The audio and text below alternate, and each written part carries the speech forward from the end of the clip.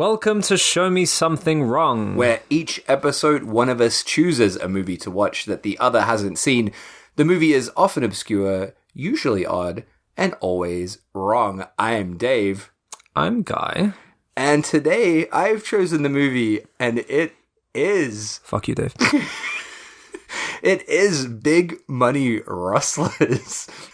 Just shaking my head in disappointment. From 2010, directed by Paul Anderson.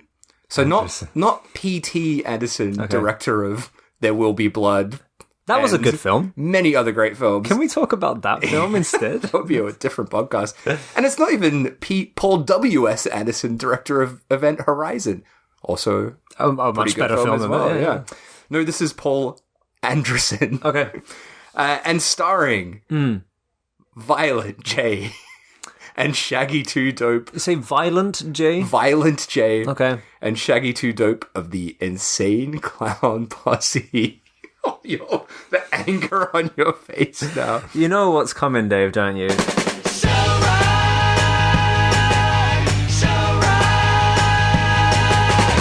I'm so upset that you made me watch this film, that you deserve a giant fuck you. I fucking hate you for making me watch this piece of shit. I've never hated a movie as much as this. Oh, wow. I think this is the worst movie I've ever seen. Fucking hell, Jesus. I've never been more angry at watching a movie. And this goes far beyond that other film that you recommended me, Duck, that we watched. And I was pretty pissed off during that. And I vented throughout the podcast. This was so much worse than Duck. And I'm sorry I know we just started. I just had to get that off my chest. Because fuck you. Oh, man. Well, it sounds like it was the right choice then on the podcast. Wow. I knew that you would hate it, but I didn't know you would hate it that much. It took so long to get through. Yeah. Just because I was just enraged throughout. They just try to stuff so many gags and jokes relentlessly throughout the entire runtime, and not a single one of them is funny. I literally sat there fuming through the 90 fucking minute runtime of this piece of shit. Oh, and you know what? I kept having to stop it. I stopped it so many times just because I couldn't watch it. Yeah. It was that bad. I couldn't watch it. And you know how normally I try to watch each film twice. I try to watch it once just as a film so I can get a natural, the real kind of like initial feeling of the movie, right? Yeah, without having to worry about notes and shit like that. Yeah. And I watched the first 20 minutes of it and I thought, there is no fucking way I am going to watch this again. Yeah. Not a fucking chance. So I started doing my notes, very, very vague notes for this film, about 20 minutes into the film. And I was like, I'll pick the first 20 minutes back up, like at a later date. But because I kept watching this in very short installments, I barely made it through once across, I don't know, like a week or two. Oh, God. Yeah. And so I have zero notes for the first 20 minutes. I was like, I can't do it. I can't go back and watch it again. I think it was yesterday you said that you still had to finish watching it. I actually didn't even finish it. Oh, I turned it off before the end. What, do you mean like the end credits? The credits are so long. That's fine, yeah. You didn't miss much. I think I watched the movie, but I couldn't make it through the credits. To be honest, I did watch it twice, actually 3 times, but my notes are also kind of vague because there's long stretches where I just sat there not typing because I'm like, well, I don't need to put in all of this shit, all of these random jokes and stuff. Yeah, my feelings about the film are more complex, I think, due to my relationship with the Insane Clown Posse. Well, I'm dying to, and also, you mentioned that to me before, that you're really excited to talk about this film and that you did used to listen to them when you were a teenager or something. And so there's a side of me that feels quite bad because you were so excited to talk about this film. I'm still excited to talk about it. But I can't share that excitement. I'm not excited to talk about... I'm not going to say, oh, it's a great film. Yeah. I'm going to talk about the madness of this film even existing. Okay. Yeah. Okay. But yeah, there's a fair bit to get through, so let's get into it. Yeah. I'm just going to sit back and have a drink. No, come on. I'll get involved. Come on. All right, so the main thing I was thinking about doing my research for this is like, where the fuck do you start with the Insane Clown Posse? So we could spend hours talking about them. Like, we could talk about their feud with Eminem. Okay. We could talk about them kicking Fred Durst across a stage. Oh. We could talk about their Mozart-inspired scatological collaboration with Jack White from the White Stripes. Scatological. Yeah, shit-themed Mozart cover song. So it's not like Butterbub scatological. Not that kind of I had to confirm. Yeah. No, talking about shit scat. Yeah. Mozart with Jack White? Jack White. That was something that when I was researching, I'm like, this is not real. And no matter how many things I read confirming that it was real, I was like, this cannot be fucking real. Yeah, I will say I was quite surprised at some of the names and faces that popped up in this. I mean, they clearly they go far and wide for some crazy reason. So, yeah, there's a lot that we could talk about, but we can't. There's too much. There's too much stuff about them. So I want to just break down the Insane Clown Posse into like a few key sort of subject headings. Sure. Right? So just as a quick summary, Insane Clown Posse is a rap duo comprised of Violent J. So he's the fat one. He's the fat one. His real name is Joseph Bruce. And he's got two first names. Yeah, it's true. And then it'll get more confusing. So the other guy is Shaggy Too Dope. He's the skinny one. Don't tell me he's got two family names. No, but he's got the same first name as Violent J. His name's Bruce. No. Oh, sorry, that's the last name. He's Joseph Ustler. Excuse me? Ustler? Ustler. Yeah, it's like hustler, but without the H. Joseph Ustler? I don't know how to pronounce it. But basically, it's the two of them. They're essentially a horrorcore, gross-out rap group that dress up like clowns, with clown makeup. Yeah. They are a famously hated band. People fucking hate the Insane Clown Posse, but they have a hardcore following, which we'll talk about in a bit as well. But I wanted to start with my experience with ICP, with the Insane Clown Posse. I'll add mine on the end of that. Yeah. Oh, yeah, you've got a good one. Like you said, I was into them when I was a kid. Back in 1997, when I was living in Holland, so I was 12 at that time, that's when I first heard about the Insane Clown Posse. So my friends and I started hearing about them because there was this controversy surrounding their new album at that time called The Great Milenko. They had signed to Hollywood Records, which is a label owned by Disney at that time. Okay, right. So it's kind of fucking insane to imagine a world where Disney were going to put out an Insane Clown Posse album. Can I just they were ask, huge at this point in time. Was that quite deep into their career? I mean, they've been around since the mid-'80s, but this... Really? Yeah, but as the Insane Clown Posse, this is maybe like 6 or 7 years into their career. Yeah. But yes, so they had this new album coming out on Disney's Hollywood Records, but from the get-go, Disney were like, you need to change the lyrics of some of your songs, and some songs you just need to get rid of. Right. Because they're too offensive. And initially they complied, and were like, okay, fine. The album was released, but even though it sold really well in like the first week or so, Disney almost immediately pulled it from the shelves because they were getting all this pressure from like family values groups. And at that time, they were really concerned about, I guess they always are, right? But they were especially concerned in the 90s, right?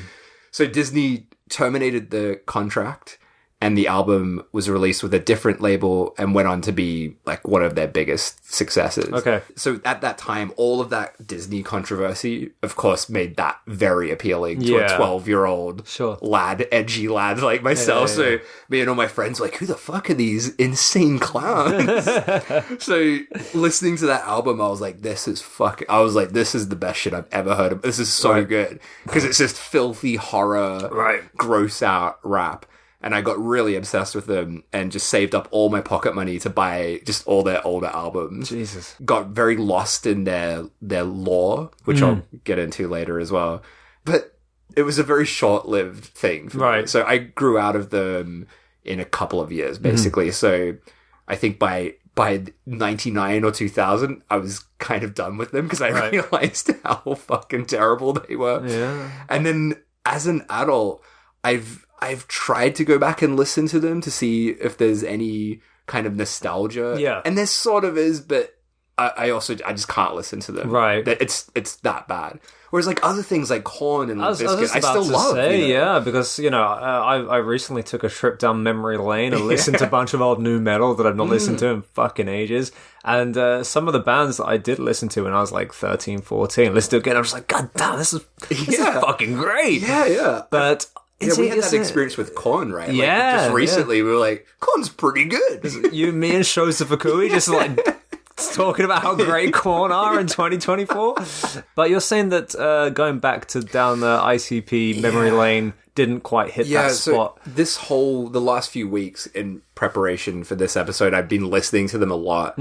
Yeah, it's honestly, it's just kind of exhausting. Like, I struggle to get through songs that I used to love. And I used to listen to their albums like back to back, and I still know all the lyrics now, which is kind of crazy. But it's funny how that sticks with you if you listen to such a young age. That's something that's kind of sad as an adult. Like, when I listen to music now, I feel like I don't give it the same level of appreciation that I did when I was a teenager. Well, we got too much at our fingertips. We got the internet, got Spotify, YouTube, everything's just there for us. I mean, like you said before, saving up your money to buy a CD. I was exactly the same. I've saved up all my money, my Christmas money, my birthday money, went in and bought whatever I was like waiting for to be played on MTV or Kerrang back in the day. Like, whatever, because I didn't have fucking internet. It was, it was too early for that. So, I had whatever music Kerrang or MTV2 would play, and I remember I used to like obsessively like watch it, waiting for my song to come on, right? The one song, and then save my money, then go buy that CD. And as a young teenager or whatever, you can only buy so much. Yeah, so have like 10, 20 albums or something that you just listen to over and you do. You just religiously listen to that song. So yeah, it makes sense that the lyrics just embed themselves into your brain. Yeah. So I think my experience with ICP is very similar to a lot of other people of my age group, where we were really into them in the late 90s and then stopped. Yeah. By the year 2000. Yeah. So the next thing I want to talk about is just give you like a brief history of them as a band, because it's pretty fucking crazy. Okay, sure. How much they've changed over the years, and there's something that I think is gonna blow your mind about them. All right, is it gonna make me kind of like them or respect them? No, it'll make you maybe dislike them more. I don't know. I don't know if they can. Okay, all right. Just wait. There you go. Yeah, way back in the mid '80s, so before they even started rapping, Violent J and Shaggy, they were like mates at the time, right? They formed their own backyard wrestling crew. Okay. So it was like kid wrestling, basically. This is sounding pretty good to me so far, I'm gonna say. Yeah. Oh, this stuff's good. Yeah. All right. So this was in Detroit as well. They were very, very poor growing up, and they were super into wrestling, had their own backyard wrestling thing as kids. Yeah, awesome. Which is great. And this kicked off a lifelong connection to wrestling. So as their career went on, as they got famous, they've wrestled with the WWF. They've wrestled? Yes. So they've been wrestlers? Mm-hmm. Okay. WCW. Wow. So when I was really into them, they were wrestling for the WCW, and I used to watch them on that. That was fucking highlight of your life, wasn't it? It was just like two amazing things colliding. I can only imagine. And they even... I think they might even still have this. They have their own wrestling event called the Juggalo wrestling event. We'll get into Juggalos later because that's a whole other thing. But I think this wrestling connection they have gave them their flair for theatrics, because they're a very theatrical band. And it also explains a lot of the crazy cameos that we see in Big Money Rustlers. Right. They were not people I knew, but yeah, I think if you showed a wrestling fan Big Money Rustlers, they'd be freaking out at some of the people. When that show Jake up. was here. Yeah, I know. I almost thought of inviting him on as a guest To watch fucking Big Money Rustlers with it. He'd be like, guys, I'm going home. This is shit. Or maybe he loves it. Maybe it's his new favorite film. But yeah, so eventually, Violent J, going back to the 80s, right? He started to get frustrated by the politics of the wrestling scene. Okay. And he wanted to find something new. And at the time, he was a huge fan of NWA. So him and Shaggy started a rap group called the JJ Boys in 1989. And this is it's old school, 80s sounding rap. It's kind of great. Like, this is, of all their stuff, I actually really like this stuff still. And around this time, they were growing up in a very rough neighborhood. They had very little money. And while they were in this JJ Boys rap group, they started to get involved in crime, like sort of petty crime. Right. And they formed a gang. Yeah. So Violent J, Shaggy, and a few other people called the Inner City Posse. Right. Okay. Also ICP. Okay. So they were in a literal gang called the ICP at this time. And then that gang morphed into a rap group. So they're like, we're not really good at this gang stuff. Right. Let's now go into rap stuff as the Inner City Posse. Right. So they got rid of the JJ Boys. They started the Inner City Posse. And at that time, it was Violent J, Shaggy 2 Dope, and Shaggy's brother, who is called John Kick Jazz. Don't know what that means, but all right. Neither do I. So at this time, they were gangster rap.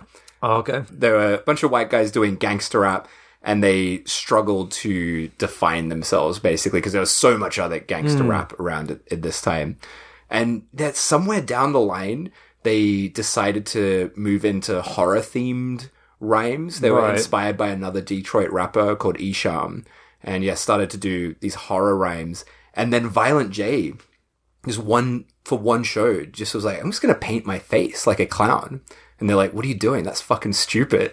Oh, Jay, he's the fat one, right? The fat one, yeah. Okay, sure. So he's like, yeah, let's do it. Let's paint our faces. Like, we can make this a gimmick. Sure. And they started doing horror raps. They started painting their faces as clowns.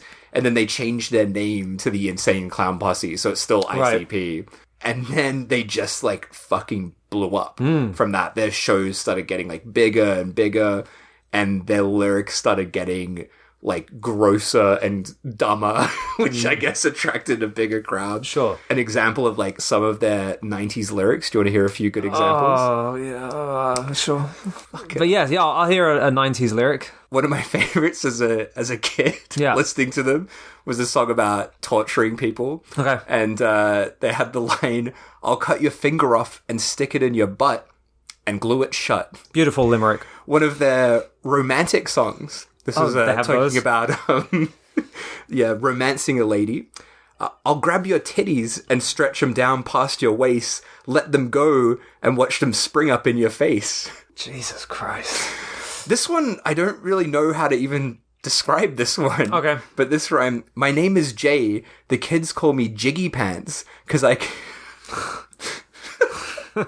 Sorry, let me start again. Keep it in. My name is Jay. The kids call me Jiggy Pants. Okay. Because I can play the flute and make my dick start to dance. Sorry, let me do that again. My name is Jay. The kids call me Jiggy Pants because I can play the flute and make my dick start to dance. Which seems a bit pedophilic, those rhymes. Yeah. So, hang on, wait, he plays the flute and so he's like a snake charmer. Yeah. Oh, okay. Jiggy Pants. Oh, Jesus Christ. So, this, you can see the appeal for a bunch of 12-year-old boys. Sure. And you can also see why I stopped liking them once I got a little bit older. Yeah. But on top of, these outrageous lyrics, I think the real appeal of the Insane Clown Posse was this inbuilt lore and backstory that they had. Every album that they released from the point of becoming the Insane Clown Posse was a Joker card album cover. Right. So there's these different Joker cards, and all throughout these albums, they kept suggesting that by the time they had the 6th Joker card, something fucking huge was going to happen. Okay. Like, the world was going to end, and they were, like, very, like, apocalyptic kind of themed albums. So when that final Joker's card came out, that was going to be some, like, big fucking event, right? Okay. So that was, like, also very appealing to me and my friends. It was like, oh, what could this fucking big thing be that's going to happen? But then, now this is the bit that I'm excited about telling you. So, the final Joker card finally came out. I think it was, like, 2004 it came out. And I'd already stopped listening to them. So I only found this part out later, right? So they released that album, and they finally revealed the big thing that was going to happen at the sixth album. Right. So this last Joker's card, it was called The Wraith Shangri-La. And the final track exposes, like, this big, decade-long revelation. And the revelation was that the hidden message of the Insane Clown Posse was to follow God and go to heaven. That was it. That was it. That was it. Can I play you the reveal? Because it's fucking insane. Yeah, sure. So hang on. So this is the last track on the sixth album. This is the last track, and we have the whole album's been the typical, like, putting fingers up butts, like, violent horror stuff. Then the last album. Oh, the track's called Thy Unveiling. Yeah, okay, all right. Unveiling. Okay. I'd never listened to this until just this week, and I was like, my mouth was fucking hanging open. I could not believe that this is how they revealed it. But yeah, have a listen to this. Sure. After all, six have risen, the end of time will consume us all. It ain't got nothing to do with us. It ain't psychopathic records. All we're doing is pointing shit out to you. We in this together. Who's behind the dark carnival, the gatherings and the hatchet? Who's behind Dark Lotus, the circus and everybody at it? Who invented juggalos and juggalettes and fucking Fago showers? What about that feeling you get when bumping our shit? Who's behind the juggalo powers? This ain't no fucking fan club. It ain't about making a buck. Don't buy our fucking action figures, bitch. I don't give a fuck. It ain't about Violent J or Shaggy the Butterfly or 17. When we speak of Shangri-La, what you think we mean? Truth is we follow God. We've always been behind him. The carnival has got it made. Oh, juggalos find us. May the juggalos find us. May the juggalos find us. So, it, like, with no references to God before that, as far as I know, it has this huge build-up, like, who's behind all of this? Wow. It's God. I wouldn't May the have guessed juggalos that. find God. Jesus. And it's legitimately quite, like, I got kind of panicked listening to it, because I knew it was coming, but it's just like, wow, what the fuck? Did they face any sort of backlash? Well, that is a really good question. So looking at that track on YouTube, I was like, I wonder what the comments are like for this.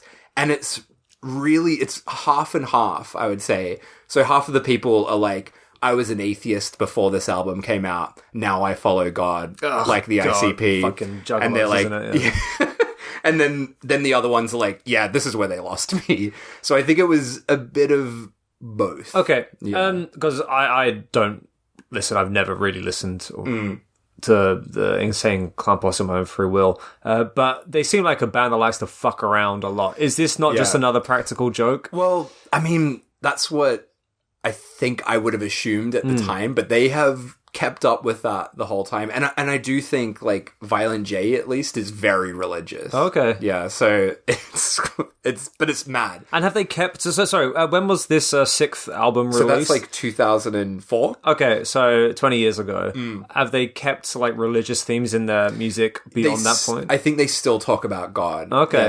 It's still, like, they're still the Insane Clown Posse. They're still gross. Yeah. But they'll drop references to God a lot more now. That seems like it'd be a difficult thing to do, talking about like snake charming your penis and also praying to God at the same time. It's fucking crazy. Yeah. But yeah, like from this point on, their music does change a little bit, and it gets kind of weirder and more positive. Like they got a lot of songs about friendship and stuff like that.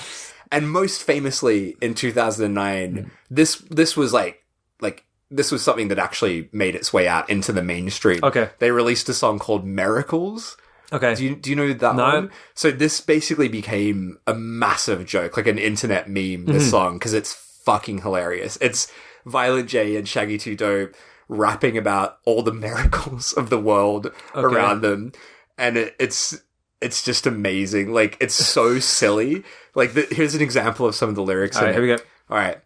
Fucking rainbows after it rains. There's enough miracles here to blow your brains. I fed a fish to a... Wait, what? I fed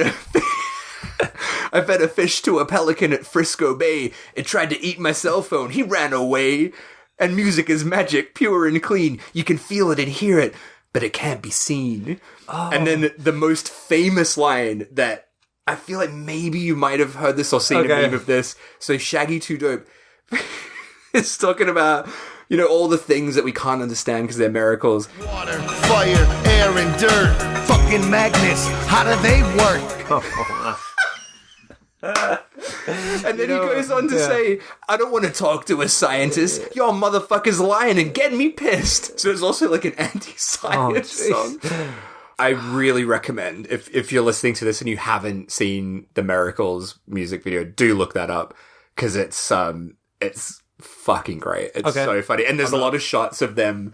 Like, they'll say, like, yeah, fucking magnets, how do they work? And then they'll, like, look off into the distance, like, yeah, come on. Like, it's so outrageous. Oh, man. So, yeah, that's like a bit of a journey of the ICP there. The other thing I wanted to talk about, as we've said a few times, is the juggalo. The plight of the juggalo. So, yeah, the people who have stuck around through this God thing... They might have lost some fans along the way, but the real hardcore ones have stuck around. And those fans are known as juggalos. Yeah. Juggalette for female fans. Okay. By the way. Do you know much about juggalos? You know what? I mean, I know they look like clowns. They dress up and they have like a catchphrase or something. They say whoop. Yeah, whoop whoop. Whoop whoop. Okay. Yeah. As I mentioned before, I've never actively sought out to listen to Insane Clown Posse. When I was a teenager, probably around the same time you were listening to, or maybe you had already like gotten bored of them by that time. But when I was a young teenager, there was no internet. YouTube wasn't a thing. There's no sort of, I could only listen to whatever music, like MTV, Kerrang, those music stations were playing. And I remember one day, an Insane Clown Posse song started playing, and I was like, "What the fuck is this?" Like, I was like, "I don't care." Like, I just turned it off. Like, I wasn't interested, but I didn't think anything of it. Then I don't know, 15, 20 years or something passed, and I was in London 3-4 years ago. It was after I'd already moved to Japan, and I was in London, and I was with my friend, and there was all these fucking people dressed as clowns walking around. And I was like, what the fuck is going on? Because, as I said, I've never sought out to listen to Insane Clown Posse. There's not a fucking juggalo group in Japan, as far as I'm aware. I don't know. They're not a thing in my day-to-day life. So I was completely unaware. I didn't even know they still existed. Anyway, my friend was like, they're fucking juggalos. Like, and I was like, oh, okay. And we're in this bar, and it's a pretty big bar. It's in the middle of Camden in London. So, and it's kind of where a lot of kind of the subcultures and band people go. And so there's a pretty good music scene there. Anyway, in the corner, there were these juggalos. They kept shouting whoop whoop. And I was like, what the fuck are they talking about? And my friend politely explains to me what they were doing. And I thought, well, that's a very silly little culture, isn't it? These are British juggalos as well? Yeah. Wow. I've never seen a British juggalo before. Whoop whoop whoop whoop. It was very polite. Yeah, and that's really the extent of my knowledge of them. They dress up, they say whoop, and they might have a drink. I don't know. Probably listen to the band, I assume. Yeah, probably love God. I don't know about that. I don't know. It's hard to know. In preparing for this, I watched a lot of juggalo related things. There's a lot of like documentaries about juggalos because they are quite fascinating. Yeah, you know what, you say that, and I have seen in recent years, like on Facebook, something scroll by and it's like people's like like ex-juggalos and their encounters, or like when they were a juggalo, and, and their regrets and what they still kind of... Oh, really? Oh, yeah, people were saying, like, I can't believe I fucking did that, or like, why I stopped being a juggalo. Like, I only saw the headlines that rolled by, but because I don't care about the band, I never stopped to watch it, so please enlighten me. Yeah, there's a few documentaries that you can find easily on YouTube about The Gathering, which is like this event that ICP, it used to be yearly, but I don't think it's every year, but it's like a huge concert, essentially. But it's kind of like a carnival. Like, they've got Ferris wheel rides and all kinds of crazy shit. Clown stuff. Yeah, clown stuff. But they got big acts to play there. Like, Ice Cube, I think, opened for one of them. So, yeah, that's where all the juggalos gather together. But yeah, some of the things I watched was, there's a really fucking good movie from about 7 years ago called Family. Maybe not quite that long. Maybe like 2019 or something like that. Okay. And it's like a normal, mainstream, middle budget Hollywood film about a woman whose niece becomes a juggalo and she has to connect to her. And, and then it ends at The Gathering, and it's all like very like pro juggalo and how great juggalos are. So I watched that. I'm like, this is fascinating that they've like penetrated into like this quite normal like comedy film. It's a great film, by the way. So this has nothing to do with the actual members of ICP. They're in it as well, but it's not like directed or no. They haven't written it or anything, but they are in this film, which is really weird to see them in like a real film, unlike this, right? Yeah. But the film I'd really recommend is a documentary called United States of Insanity, and this is about when the FBI designated juggalos as a gang. So in 2010, they labeled them a gang. Yeah. And the documentary is essentially about them getting targeted by police, losing their jobs, all because they're into ICP. When that happened, I think that it was kind of made out to be just like a funny thing. Like, like, look at this, juggalos are a gang. But it's actually quite tragic. Because imagine you just like a band, and then you get told that you're a violent gang. Yeah. From having not really, based on like the actions of maybe a few people or something. So watching that actually gave me quite a lot of respect for juggalos and Insane Clown Posse. Right. So it's, you know, it's a commitment to be a juggalo, to be a big fan, because you're labeled as a gang member. Total commitment. You're also labeled as a fucking idiot. Yeah, it's true. So, like, a lot of the people that are juggalos are, you know, they're outcasts, right? They're very, and it's a very diverse group as well. Okay. And yeah, like I left that documentary being like, I'm not a juggalo, but God damn it, I respect them. I mean, it's the same, you know, when it comes to religion. You know, I understand the appeal, being part of a group and being welcomed into a group that has similar thought processes to yourself, and how you can feel included where you might feel excluded elsewhere, and what you can benefit from being there. I totally get the appeal, but just... Yeah, but you don't want to be a juggler. But it's like, well, I'm going to dress up as a fucking clown. But I understand, you know, if white people do it. And, yeah, it is a very heartwarming film, and Violent J and Shaggy are quite lovable in it as well, which is fascinating. Like when you go back to their old lyrics, right?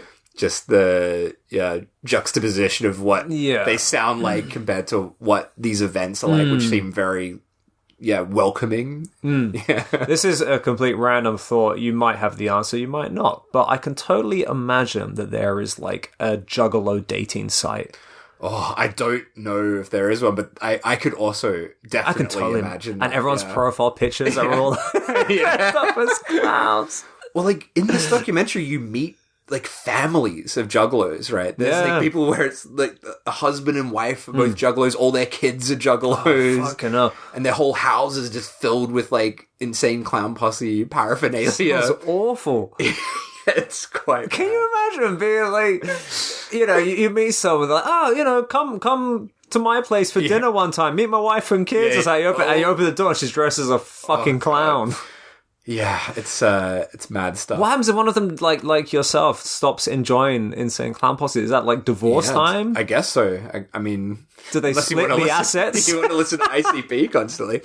No, but yeah, like after these like 2 weeks of diving into the Insane Clown Posse world, I've tried to like assess how I feel about them. Yeah. And it is a weird thing. It's like a mixture of like nostalgia and respect in some ways, but I think that documentary really paints them overly positive. Right. And I think I haven't talked about a lot of things, but there is things from their past that are not great as well. Like, you know, assault charges and things like that. That I haven't gotten into. There, yeah, sure. So yeah, like they're maybe not as kind and gentle as this documentary makes them out to be, but I also respect that they have stuck to this since the fucking early 90s. They've been the Insane Clown Posse. They've been doing this for decades, and they've made like basically a fortune from doing this. Created their own cult, basically. And yeah, like it's impressive. It's impressive what they've done, whether you like it or not, right? No, absolutely. Yeah, it's certainly impressive, and yeah, the fact that they have like this huge fan base that has become, you know, almost like a religion, and everyone is so insanely loyal to them. Yeah, I can't really think of any other band that has something like that. I can't think of anything. Like, I can think of huge fan bases for bands, obviously, but nothing that's like to this level where it's like a way of life. Yeah, weird, I can't think of anything else, right? Not off the top of my head. No, it's not coming to me. That's crazy. Ugh. All right, well, let's get into Big Money Rustlas then. And just to give you some backstory to this as well. So this film is kind of a prequel to a film called Big Money Hustlers. Oh. And in this film that we watched, they're essentially playing like the ancestors, the characters from Big Money Hustlers. So that was a film they made in 2000, and it's a homage to 70s blaxploitation. Right. And it actually has a connection to something we've covered on the pod before. Oh, wow. Okay. It has Rudy Ray Moore in it, who we covered in Petey Wheatstraw. So good stuff. He comes in. The whole film is like a big like tribute to Dolomite, basically. But I forgot that I watched it again recently, and I forgot that he was in it. And his sequences are fucking awesome. He's so great. Oh, so it's not just a cameo. He's actually he's got quite a big sequence in it, and it's really fantastic. But yeah, apparently that film was quite a nightmare for the Insane Clown Posse to make. They didn't really know what they were doing, and they hired a crew that did not want to work on the film. It was like a professional crew. Right. And the crew hated working on it, went on strike twice. Oh, wow. The film went way over budget. Apparently it was shot by a very art house kind of crew. Okay. So the cinematographer for Big Money Hustlers is the cinematographer of Bruce LaBruce. Have you heard of him before? That sounds familiar. He's like he makes like gay art house films. He did LA Zombie, is quite well known. Yes. Yeah, so it's like that is the crew that was working on this. How bizarre. Fucking Insane Clown Posse. Do you have any like stories as to why they wanted to move into movies? I think they are just like fans of film and like horror and I guess and, they were doing horrorcore, it makes it And I think they just want to do a bit of everything, right? And they, you know, all their music videos as well are like very cinematic as well. So I guess it's just an interest that they have. I think a lot of it comes from Violent J. I think I've always thought he's kind of the driving force behind everything they do. But yeah, that shitty experience making that film, it put them off making films for quite a while. But I guess unfortunately for you, they got back into making films because in 2008, they they're in the starring roles of a film called Death Races, which is Death Races. Do you know the film Death Race? Yeah.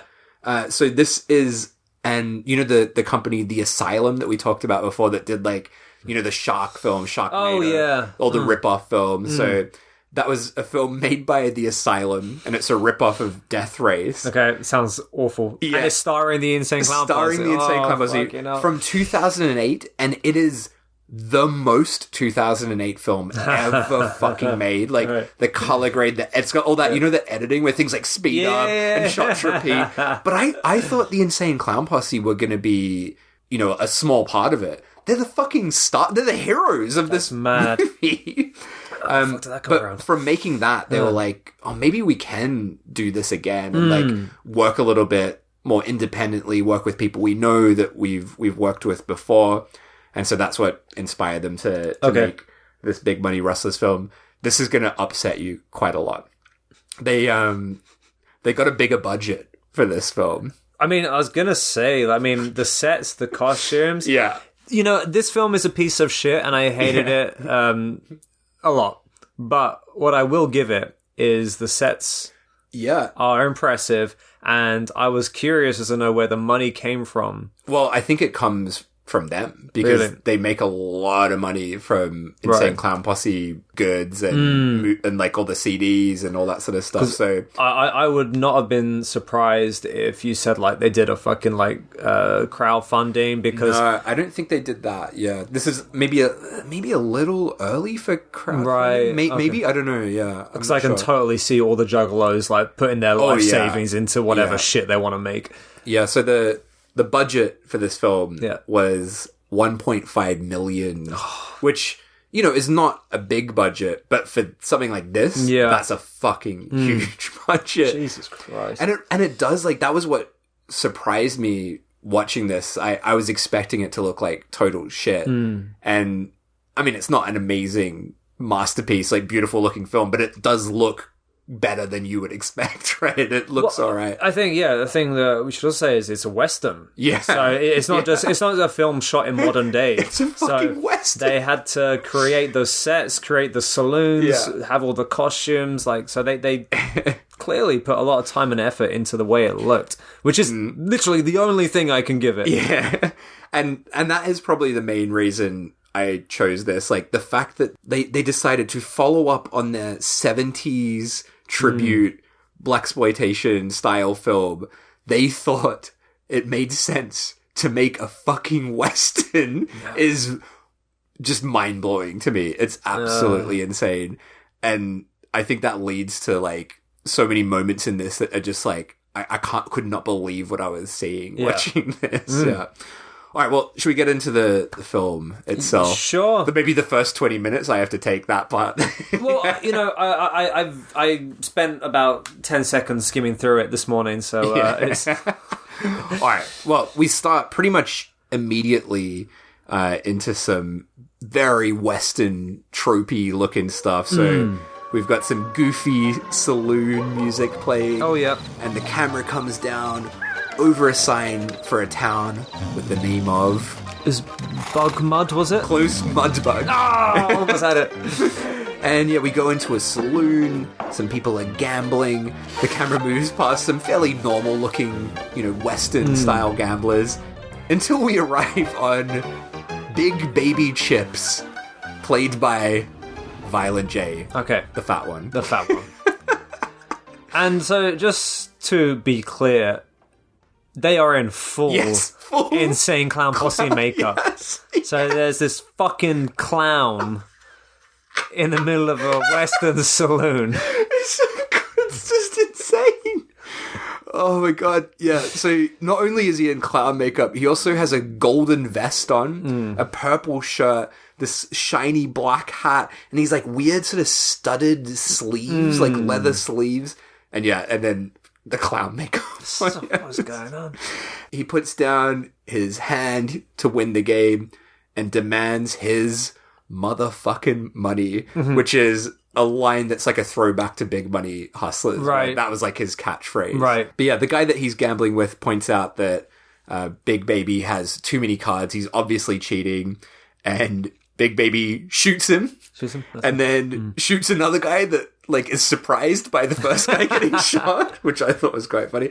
And then the two like remaining gamblers pull their guns on Big Baby, but then from behind, a guy dressed all in black with a mask on. This character is Hack Benjamin. He's like the muscle. He's like the bodyguard character, right? He always stands silently to the left. Doesn't really say or do much, but he's pretty intimidating. Yeah, and this guy is a character from Big Money. Oh, really? Yeah, so he's and also like Big Baby Chips is basically the same character Violent J plays. I think he's like Big Baby Sweets or something. So it's a slightly different version. Yeah, sure. And yeah, like this guy is the same character from Big Money Hustlers. He's played by Robert Bruce. Okay.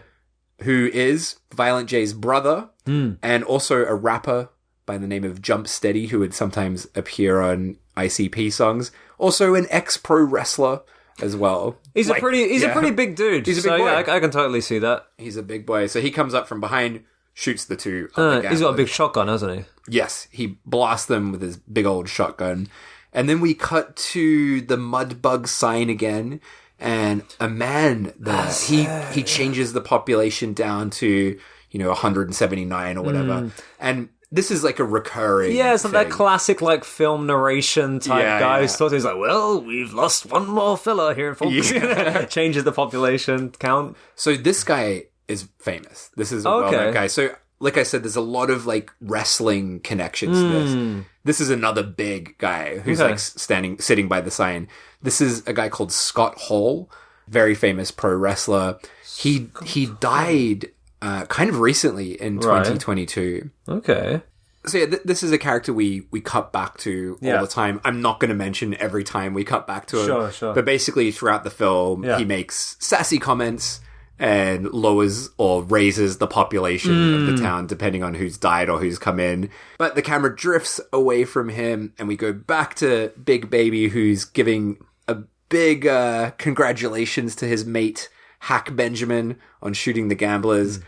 And then we get the most fucking annoying characters in the film. Oh, not the fucking bodyguard sidekick guys. Oh, I hated these guys so much. So these guys, the characters are called Raw Stank, who's played by Jamie Spaniola, and Dusty Poot, played by so Monoxide. Annoying. Holy shit. Yeah, so these guys are very annoying, and they are rappers. Oh. This is the duo Twisted.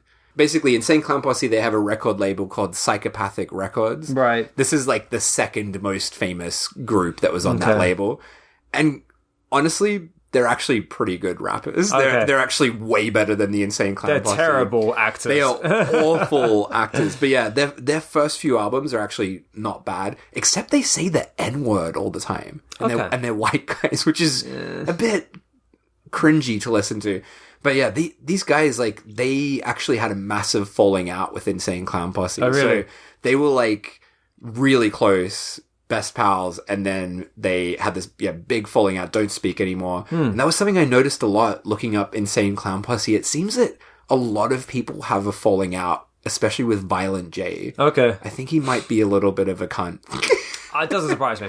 But anyway, these they're two rappers. fucking guys, man, they're so annoying. And they're not the kind of people you would expect from a Western. Yeah. They're dressed up as, like, low-key gangsters, you know? Yeah. They got hats tilted to the side. One of them's wearing, like, grills on his teeth. He's got, like, dollar signs all over his clothes, but they're kind of a bit shabby, so they kind of blend in with the environment, but they're clearly just trying to be, like, gangsters. I really fucking hate. And they're relentless throughout the entire fucking film. And spoiler, I don't care. But we don't even get to see them die, do we? No, I don't think we do. Yeah, which is very annoying. Yeah, no, I totally agree. They're so fucking irritating. Yeah. And just every second they're on screen is so cringy and awful. It is.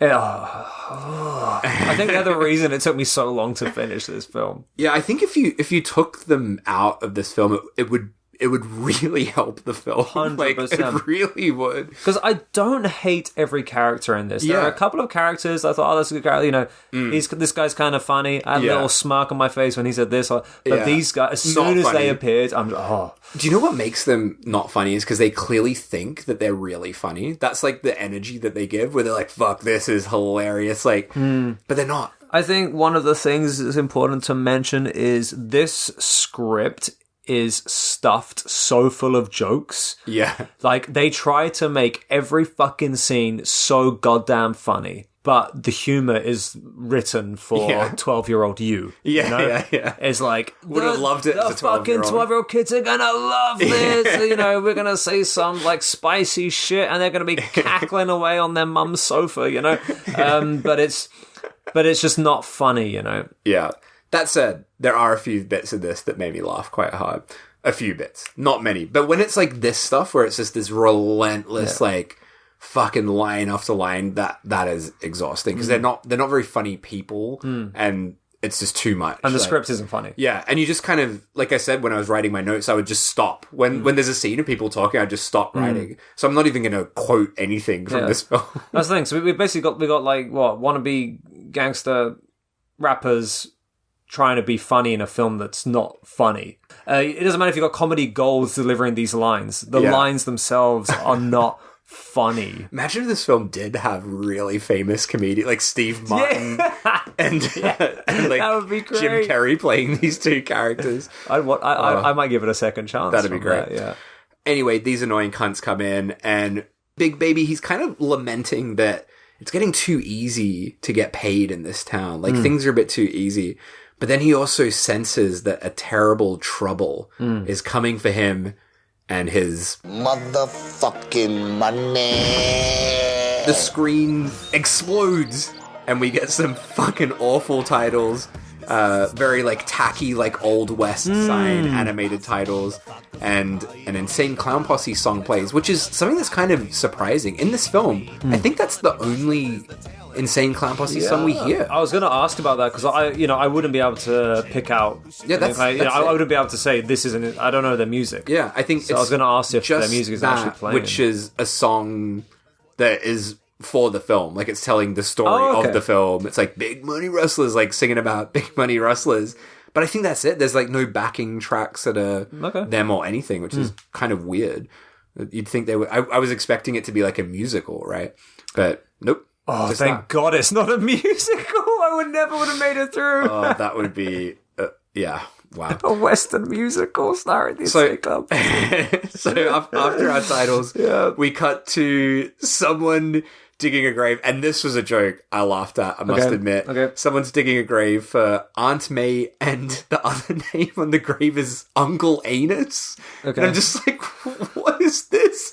And it's not really something they ever mention. I think they like say his name once later, but I'm like, what a stupid fucking joke. And the guy digging this grave for his aunt and uncle is Sugar Wolf, played by Shaggy 2 Dope, who I will say, I think he is a far better actor than Violent J. Like, I think he's much more tolerable. Oh, yeah, he's definitely less hateable, yeah. Violent J, when he's acting, he's like so fucking over the top, but it rings really false. You can see like everything he's doing. Shaggy 2 Dope's just a bit more fucking relaxed, you know? I think it's written into their characters. So I don't even know their fucking names. The fat one, his character is like a big fucking larger than life guy who wants everything. So he's a very proud, overly confident man, right? Whereas the other guy, he's a very humble person. Yeah. So yeah, it makes sense to relate more to the humble person. Yeah. And he does play it better as well. Yeah. I think he just does a better job in this film of creating that character. Whereas Violent J is just like, oh, enough. But that said, Violent J is much better in this than he was in Big Money Hustlers. Oh, really? Which is, it's just it's horrible. I'm not gonna watch it. But yeah, so Sugar Wolf prays by the grave, and we see his horse, Snowflake, the horse, just taking a massive piss, an animated piss, and it feels like it's a joke that they put in after. They're like, there's not enough jokes in this. We've got to add in an animated horse stick. Nothing but jokes in this film. It's fucking ridiculous. Also, yeah, just to note, he's also in clown makeup, isn't he? Yes. So these are our two clowns. Yeah. Only these guys. Yeah, just these two. What's funny, there's no juggalos in this film. You don't get any, fans, there's probably juggalo as actors, but no one else in the makeup, right? Well, one other character that we'll meet a bit later, actually, which raises a very interesting question about the Insane Clown Posse. But yeah, we see Sugar Wolf, played by Shaggy 2 Dope, riding off on Snowflake. And this was the bit where I was just like, this is fucking insane that this movie exists. We're watching a Western and we're seeing a fucking tattooed, covered rapper with clown makeup on in a cowboy outfit riding a fucking white horse off into the sunset.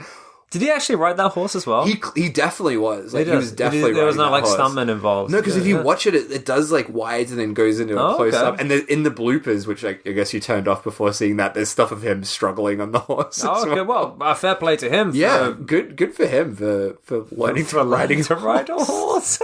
So I don't think it's an easy thing to do. You not ridden a horse? No, have you? I've ridden a horse. How was it? Sorry, it hurt your bum? No, because there's a saddle. Oh, you didn't go bareback? No, because I heard if you do that, you land on your balls a lot. So yeah, it doesn't. I've ridden a camel. Really? Yeah. Did you go bareback? No, I can't remember actually. Where did you ride a camel? That wasn't in Holland, was it? No, it was in Oman actually. That's not Holland. I rode a camel through the desert in Oman. Jesus, that's a weird thing that I did. Anyway. It's one of those things that I forgot that happened in my life until this moment. Now that you asked me, I rode a camel. So then, back to Mudbug. Big Baby is hanging out at a bar, and he's approached by the very nervous town sheriff, Fred Freckles. Oh, God, this guy as well. What's his deal? Yeah, and also, to be honest, this is why I watched the film, was this scene, because I don't know if I told you this last episode, but I was on Tubi, of course. Yeah. And I was scrolling down and I saw Big Money Rustlas and I was with Tana and I'm like, as a joke, like, oh, fuck, let's watch Big Money Rustlas. Clicked on it, fast forwarded, and this scene played. I was curious as to what scene you landed on. Scene, and I was just like, what the fuck is this character? And both of us were kind of laughing and we're like, let's just watch it. And that's how it started. This was the scene. Yeah, just because it's so weird, like everything about this scene. So you've got the sheriff, Fred Freckles. He's played by, now this is kind of interesting. He's played by an actor called Eric Geller. Okay. I think because he doesn't seem to be credited on IMDb. And has a pseudonym in the credits as Erwin Shapansky. Right. But then I found his name, like looking up articles about this, and on Wikipedia it mentions Eric Geller, and searching for Eric Geller, it is him, I think. So it makes me think he maybe had his name removed from the film. What? I can't say for sure. But he plays like a really big role. Yeah. What's that about? It's very, very odd, yeah. But yeah, the sheriff approaches Big Baby and says there's no guns allowed in Mudbug. Asks for their guns back. And his character is fucking ridiculous. Yeah, I don't know how you would describe it. It's kind of almost out like a Looney Tunes cartoon. Yeah, right? He's like, like talks like that. Yeah. He's like really nervous. Yeah. And a moron, like unbelievably stupid, like cartoonishly stupid. Well, I'm gonna have to ask you to hand over your weapons to me. I think Looney Tunes is a good way to describe him. He's like a walking cartoon. Yeah.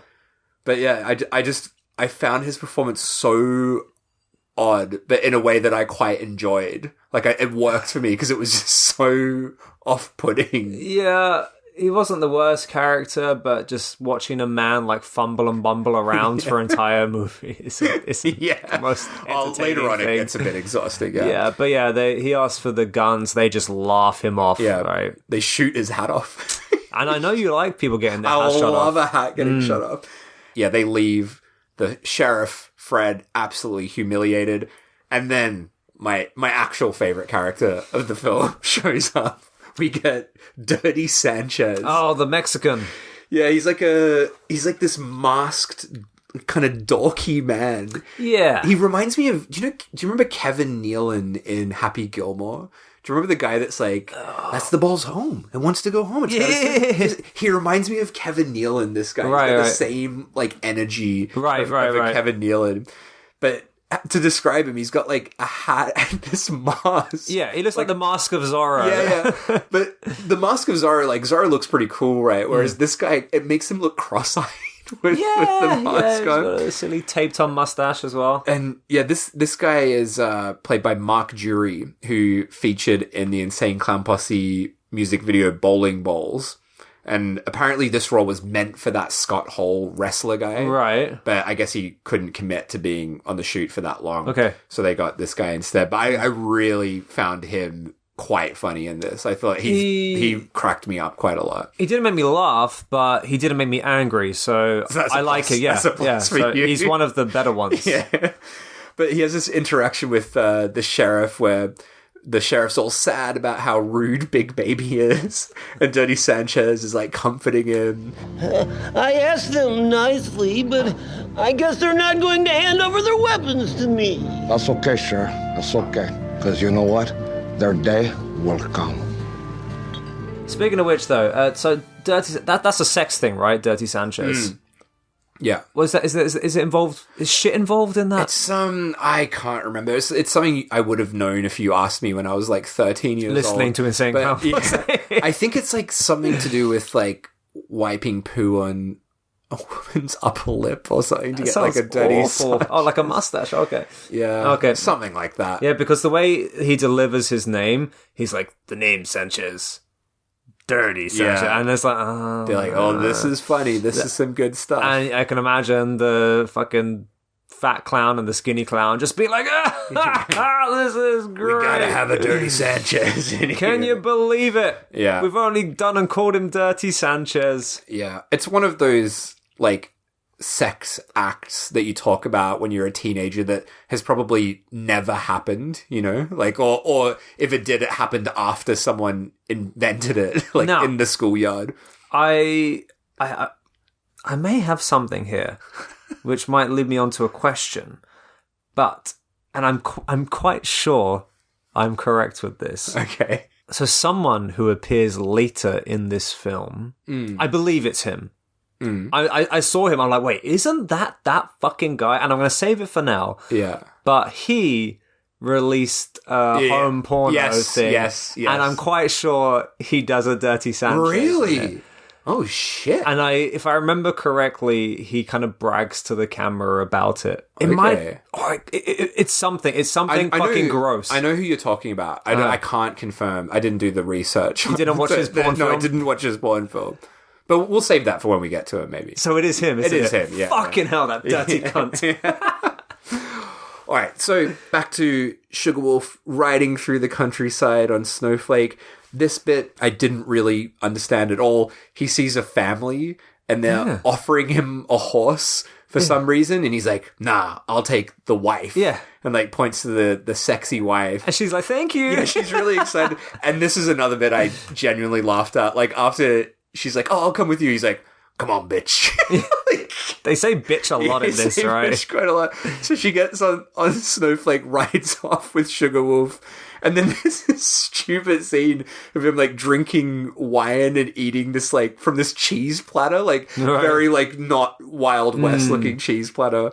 And then, yeah, after they obviously have had a passionate night, he rides off in the morning. He just leaves her. She just cries He just horribly. leaves the sexy wife. The middle of the desert. Yeah, he didn't even need to take her. He also runs into some Native Americans who at first are like very threatened by him, but then when they realize they have matching face paint or whatever. I didn't get the conversation that was happening. Yeah, they just get excited because they realize they both have face paint on. Fuck, is that what it was? I thought they were like, fuck, it's the guy from Insane Clown Posse. I think and it's basically kind of that, yeah. Right. But they're like all excited by that. So it's basically, there's your juggalo, the Native American juggalo. Yeah. They're like high-fiving and they're signing, Sugar Wolf's like signing the hatchets, which is a ICP thing because the logo of their record label is a hatchet man. Okay. The guy with the hatchet. Yeah. So there you go. But that has nothing to do with anything, that scene. Which leads me to a point. This film is just scene after scene of pointless gags. Yeah. This film is completely pointless. They just try to stuff it full of as many gags and jokes as they possibly could, regardless of whether it made sense or was relative to the story at all. Yeah. So, like you said, he picks up a wife, fucks her, leaves her, then he meets some Native Americans, signs their acts. They don't come back. No. That's it. And this entire film is that. So this is 90 minutes of gags written by fucking idiots. Clowns! Oh, I'm so angry. Literal clown. Jesus. But the location's great. Oh, okay, locations. Fucking hell. My tip of the hat to the locations. So Sugar Wolf pulls in at Mudbug. A bird shits on him immediately. He shoots it. It lands in front of the sign. And the sign guy, Scott Hall, he he gives the line, In Mudbug, if you ain't from around here, you get laid down here. Cool. quite a good line. Yes. Do you reckon, who do you think wrote that? Violent J or Shaggy Two The fat one. Yeah, I think it was. I think he wrote the script. So Sugar Wolf trots around town on his little horse, and he's just stared down by everyone. Yeah. And he goes to the well to have some water, but Dirty Sanchez stops him and says that it's full of acid. Yeah, what's from the that about? Gold Man. Yeah, and there's like an altercation between the two of them, right? So Dirty Sanchez is like, oh, I wouldn't drink that if I were you. And he's like, what the fuck is it to you, mate? Yeah, yeah. And he takes the water, throws it to the ground, and it all just starts like smoking. Yeah, Yeah. steams up, smokes up. And He that- says it's as polluted as a fat chick's ass after running a marathon. And then he says, I know. Which is pretty funny. That made an unfunny line kind of funny. Yeah. And that kind of forms their friendship, right? Yeah, So now they're yeah. like best buds. Best mates. Best mates. So Sugar Wolf heads into the saloon, and it's like a classic Western scene, right? The piano player stops playing, looking terrified. The piano player is David Yao Okay. from Scratch Acid and the Jesus Lizard. Oh, there you go. Fucking weird cameo, right? Yeah. There's a lot of weird cameos in this. There are plenty. Yeah, and that's like a thing in their first film. It's like that too. It's got the Misfits in it in one scene. Uh-huh. It's got like all these people like show up. Yeah, People this that you is- wouldn't expect to be in westerns. Yeah, yeah. I understand if they were like trying to get western movie related people to cameo, but these are like completely random people Yeah. from. But it makes sense, like, you know, hip hop backgrounds or other stuff. But Other ones are just like, what the fuck? Like, Yeah. what's this person doing in this? Like the wrestlers and the hip hop guys make sense, but yeah, some of the others are like, some of them are just what? like, yeah.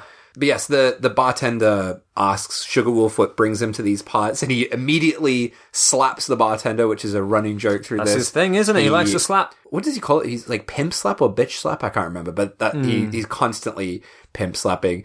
The bartender is played by Mike E. Clark, who is the man who is responsible for Insane Clown Posse's music. So he's their producer, Oh, okay. basically. Don't like him. Yeah. So Sugar Wolf reveals that he's actually from around these parts and his family has been in Mudbug for a long time. He also brags that he's the quickest drawer around. He can pull his gun out faster than any other clown in town. As he's speaking, this face-painted Undertaker is measuring him up. So he's like, as he's like bragging, this guy's like measuring him. This guy is played by a rapper. Another rapper called Blaze Ya Dead Homie. Fuck off. What are these dumb names? Seriously? Blaze Your Dead Homie. Yeah. Oh, God, I just looked him up on bloody Letterboxd. He's in all the Insane Clown Posse movies. And Oh, yeah. He's a Psychopathic Records guy. I just scrolled through his filmography. All the covers are Insane Clown Posse, but there's one called Twisted, the Yeah. Purple Show. So they're the two lads that we have. Right. And there's a big thing on the front cover that says, as seen on the web. So They hadn't got the terminology quite set yet, right? On the web, 2003. Oh, boy.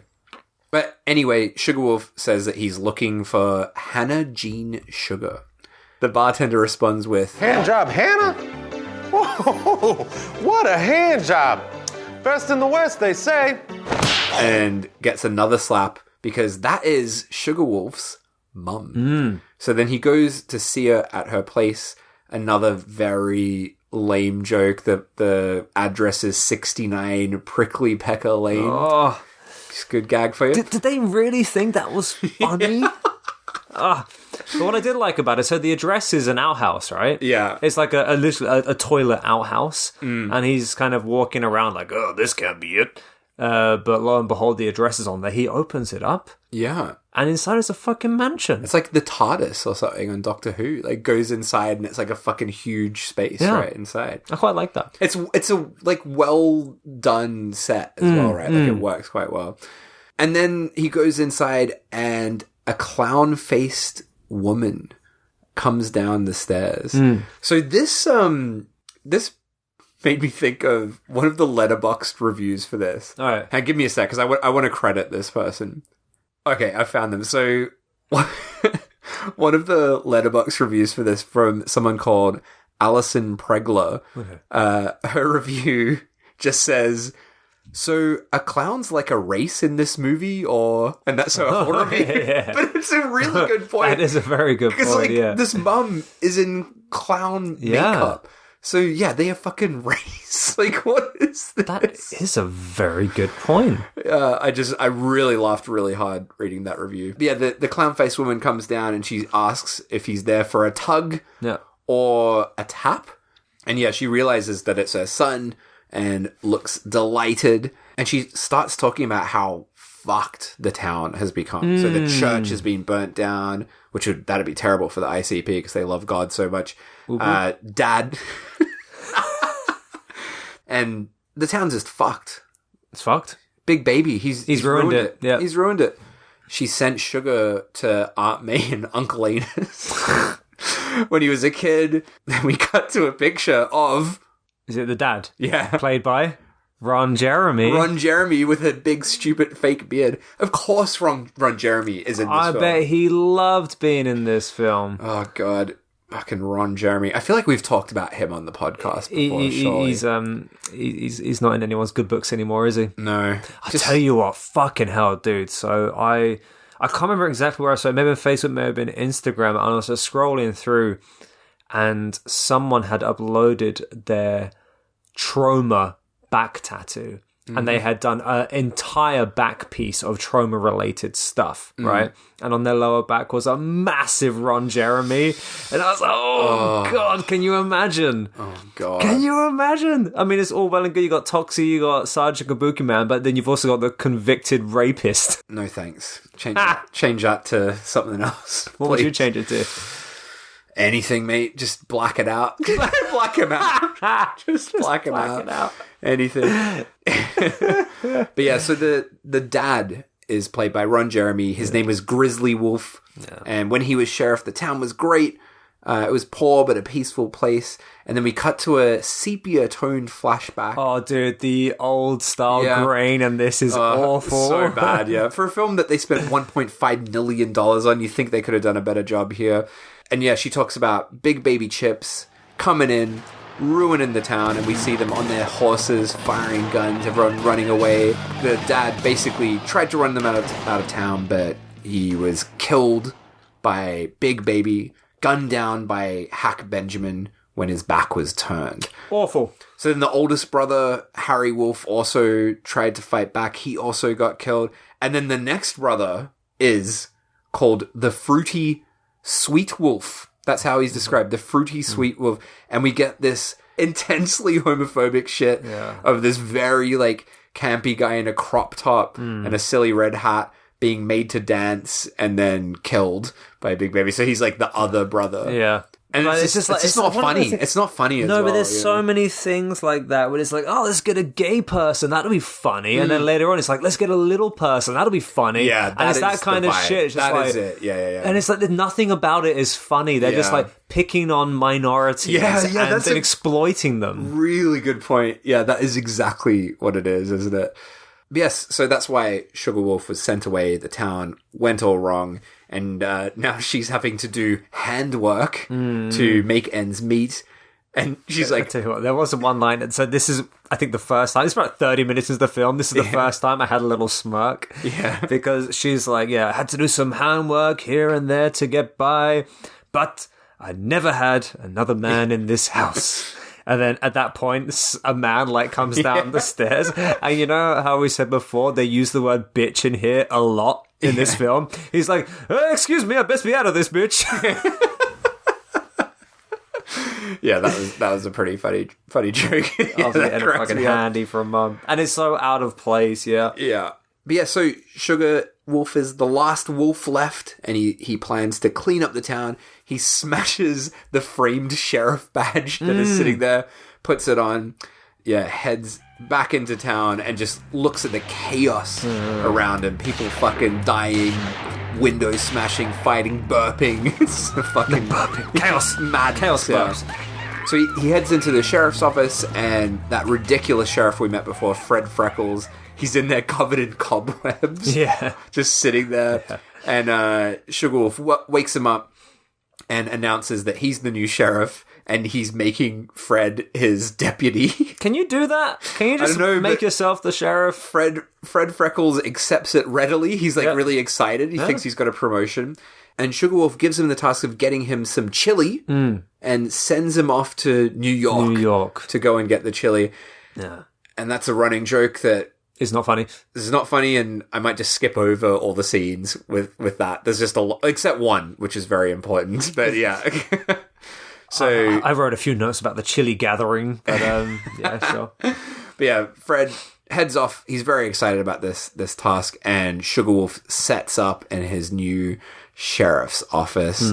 Then cut to the saloon. It's called the Hatchet Man Saloon after the Psychopathic Records character. A sign reads Big Baby's Poker Playoff. That's right. And some cunt in there is winning big. He's doing well. Pulling in chips. They're not happy, are they? They're not pleased at all.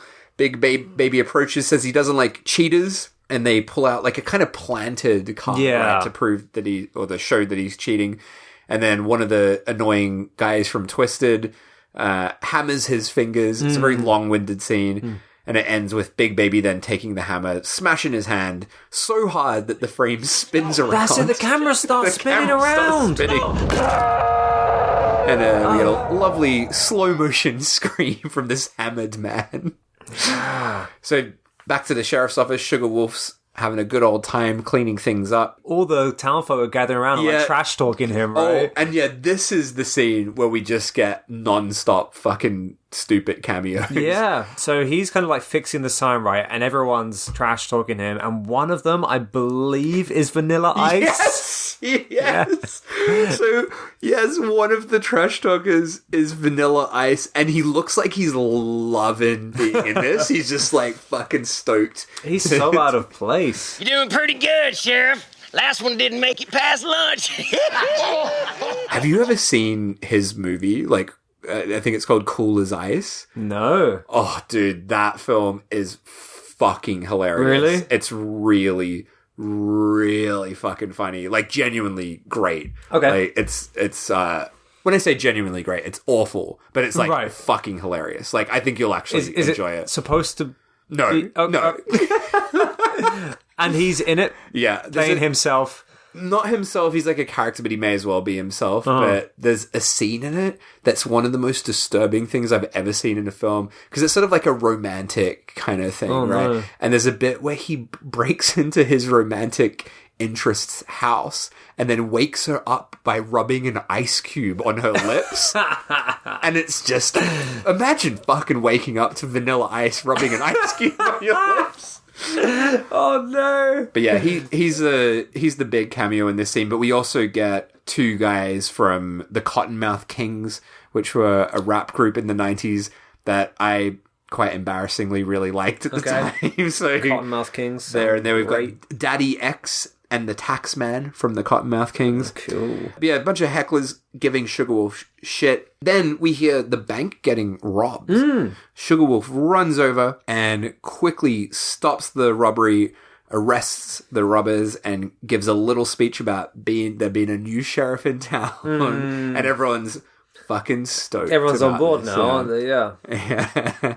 And then Big Baby at first is like laughing at this. He's like, fuck, like just going nuts. And then the laughter turns to rage when he remembers his motherfucking money. So he like switches gears.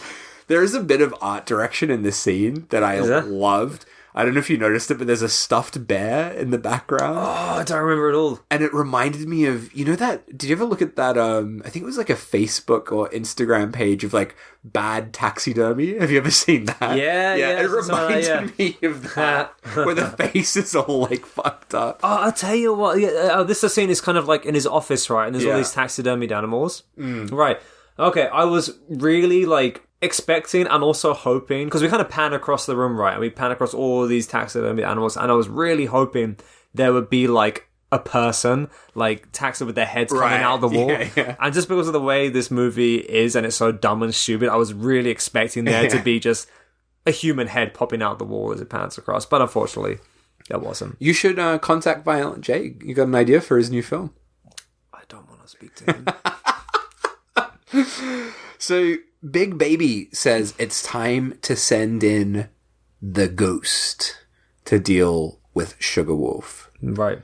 Cut to Sugar Wolf is signing up a new deputy. Oh, I cannot believe he was in this as well. So the new deputy is Bucky, played by Jason Mewes. Jason Mewes of Jay and Silent Bob. Which is it's because this is not a cameo. This is a character, basically. Yeah, like he's in it. He's full on. He's in it too much to be a cameo. I can totally see Jason Mewes being an ICP fan. You reckon? Oh yeah. I feel like he just needed some money for his heroin. Yeah. I wasn't going to say it, but yeah. At this time, that would line up with his timeline. I think I would love Jason Mewes though. I really love old Kevin Smith stuff. That is like properly nostalgic for me. And I have always found him very endearing and like very funny. You know what? I am struggling to think or remember a role of his that I've seen that wasn't a Kevin Smith role. Yeah, neither can I. Like this is one of the few that I can remember. Yeah, and in Kevin Smith films, he's fantastic. Yeah, in this, not so much. He gave me the biggest laughs in this because of a running gag with him, but he doesn't have much to do. He's not given a lot to do, and he just plays like a dumb kind of hick. Yeah, he's like a dumb, terrified hick. Yeah. So then later on, we see someone walk into the sheriff's office. Sugar Wolf looks over the desk, but he can't see anyone. He's like hearing this voice, but he can't bloody see anyone. And then we see who it is. The camera tilts down, and we see a little person lady.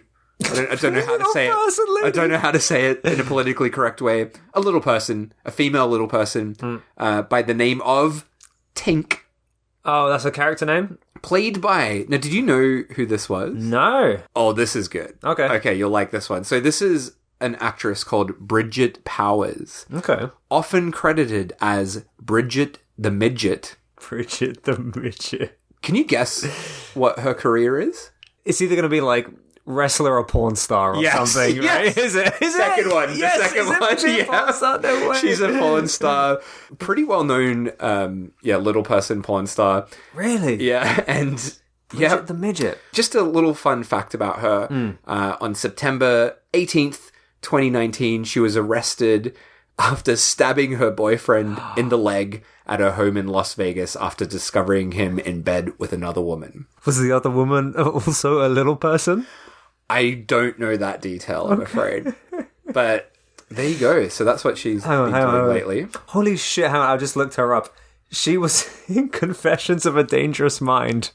Really? Directed by George Clooney, starring Drew Barrymore. Yeah, that's a great film. Have you seen it? Fucking hell, yeah. The Chuck Barris story, right? Yeah. Jesus. Bridget the Midget. She gets around. There you go.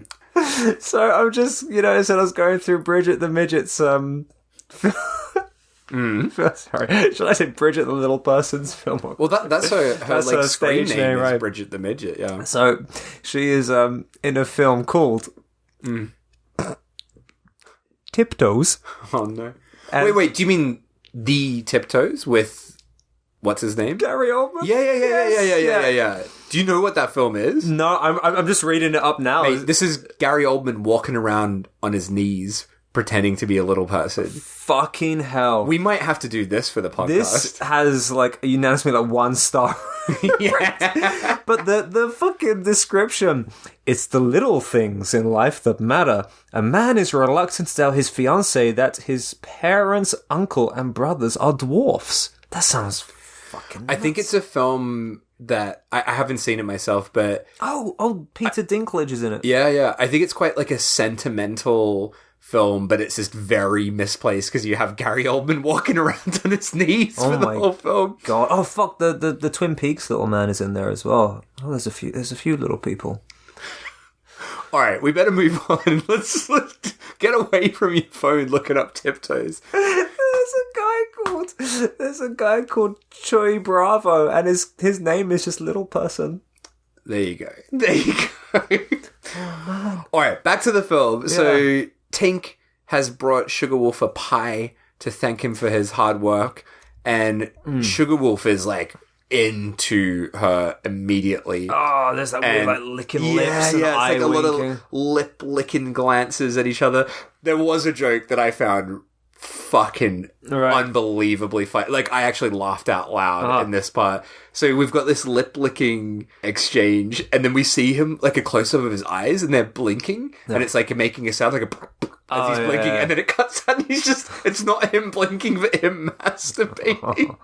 It's just quite fun. Man. But that's it. The whole like purpose of her being in this is to get a laugh out of the fact that she's small, right? It's it's like, pretty gross. It's supposed to be like, it's a fully grown man lusting over a little person. Yeah. That's funny, right? Ha ha. It's very gross. I get fucking like comedy doesn't age well. Yeah. And there's plenty of other films that, you know, have used little people as a source of, you know, entertainment and humor, but it's just in this fucking hell. I think the difference is it's just not funny. Like, there's nothing funny about it. Yeah. Like, they've literally, as you've said, just gone, it's a little person, haha. Like, that's it. There's nothing more to it than that.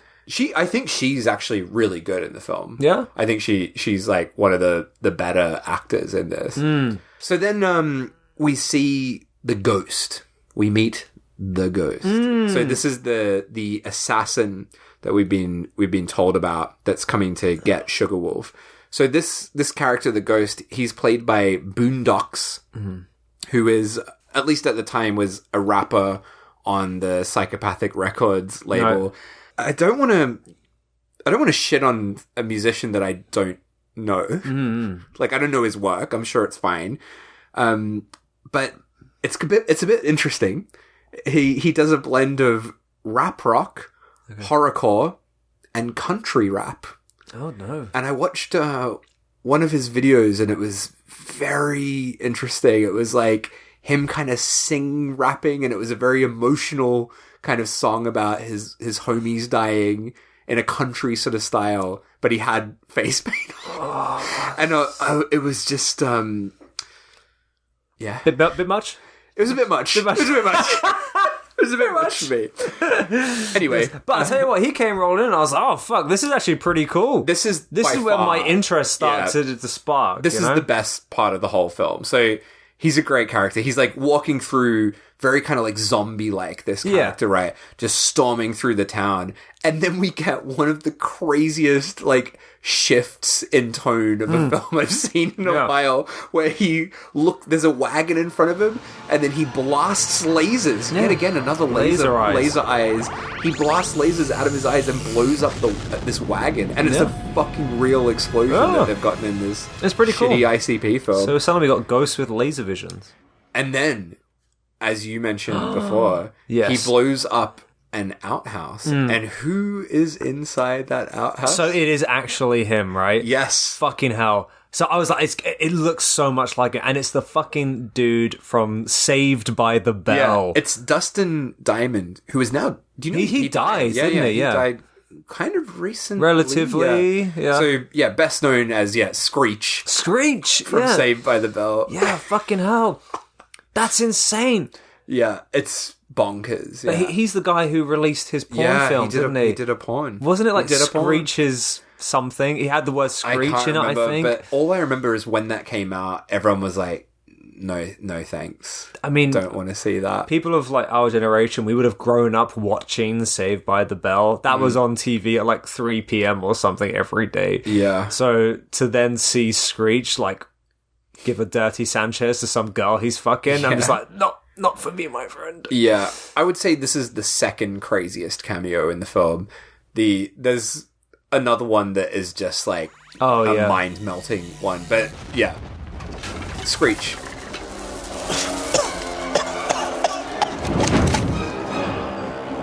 What the fuck was that?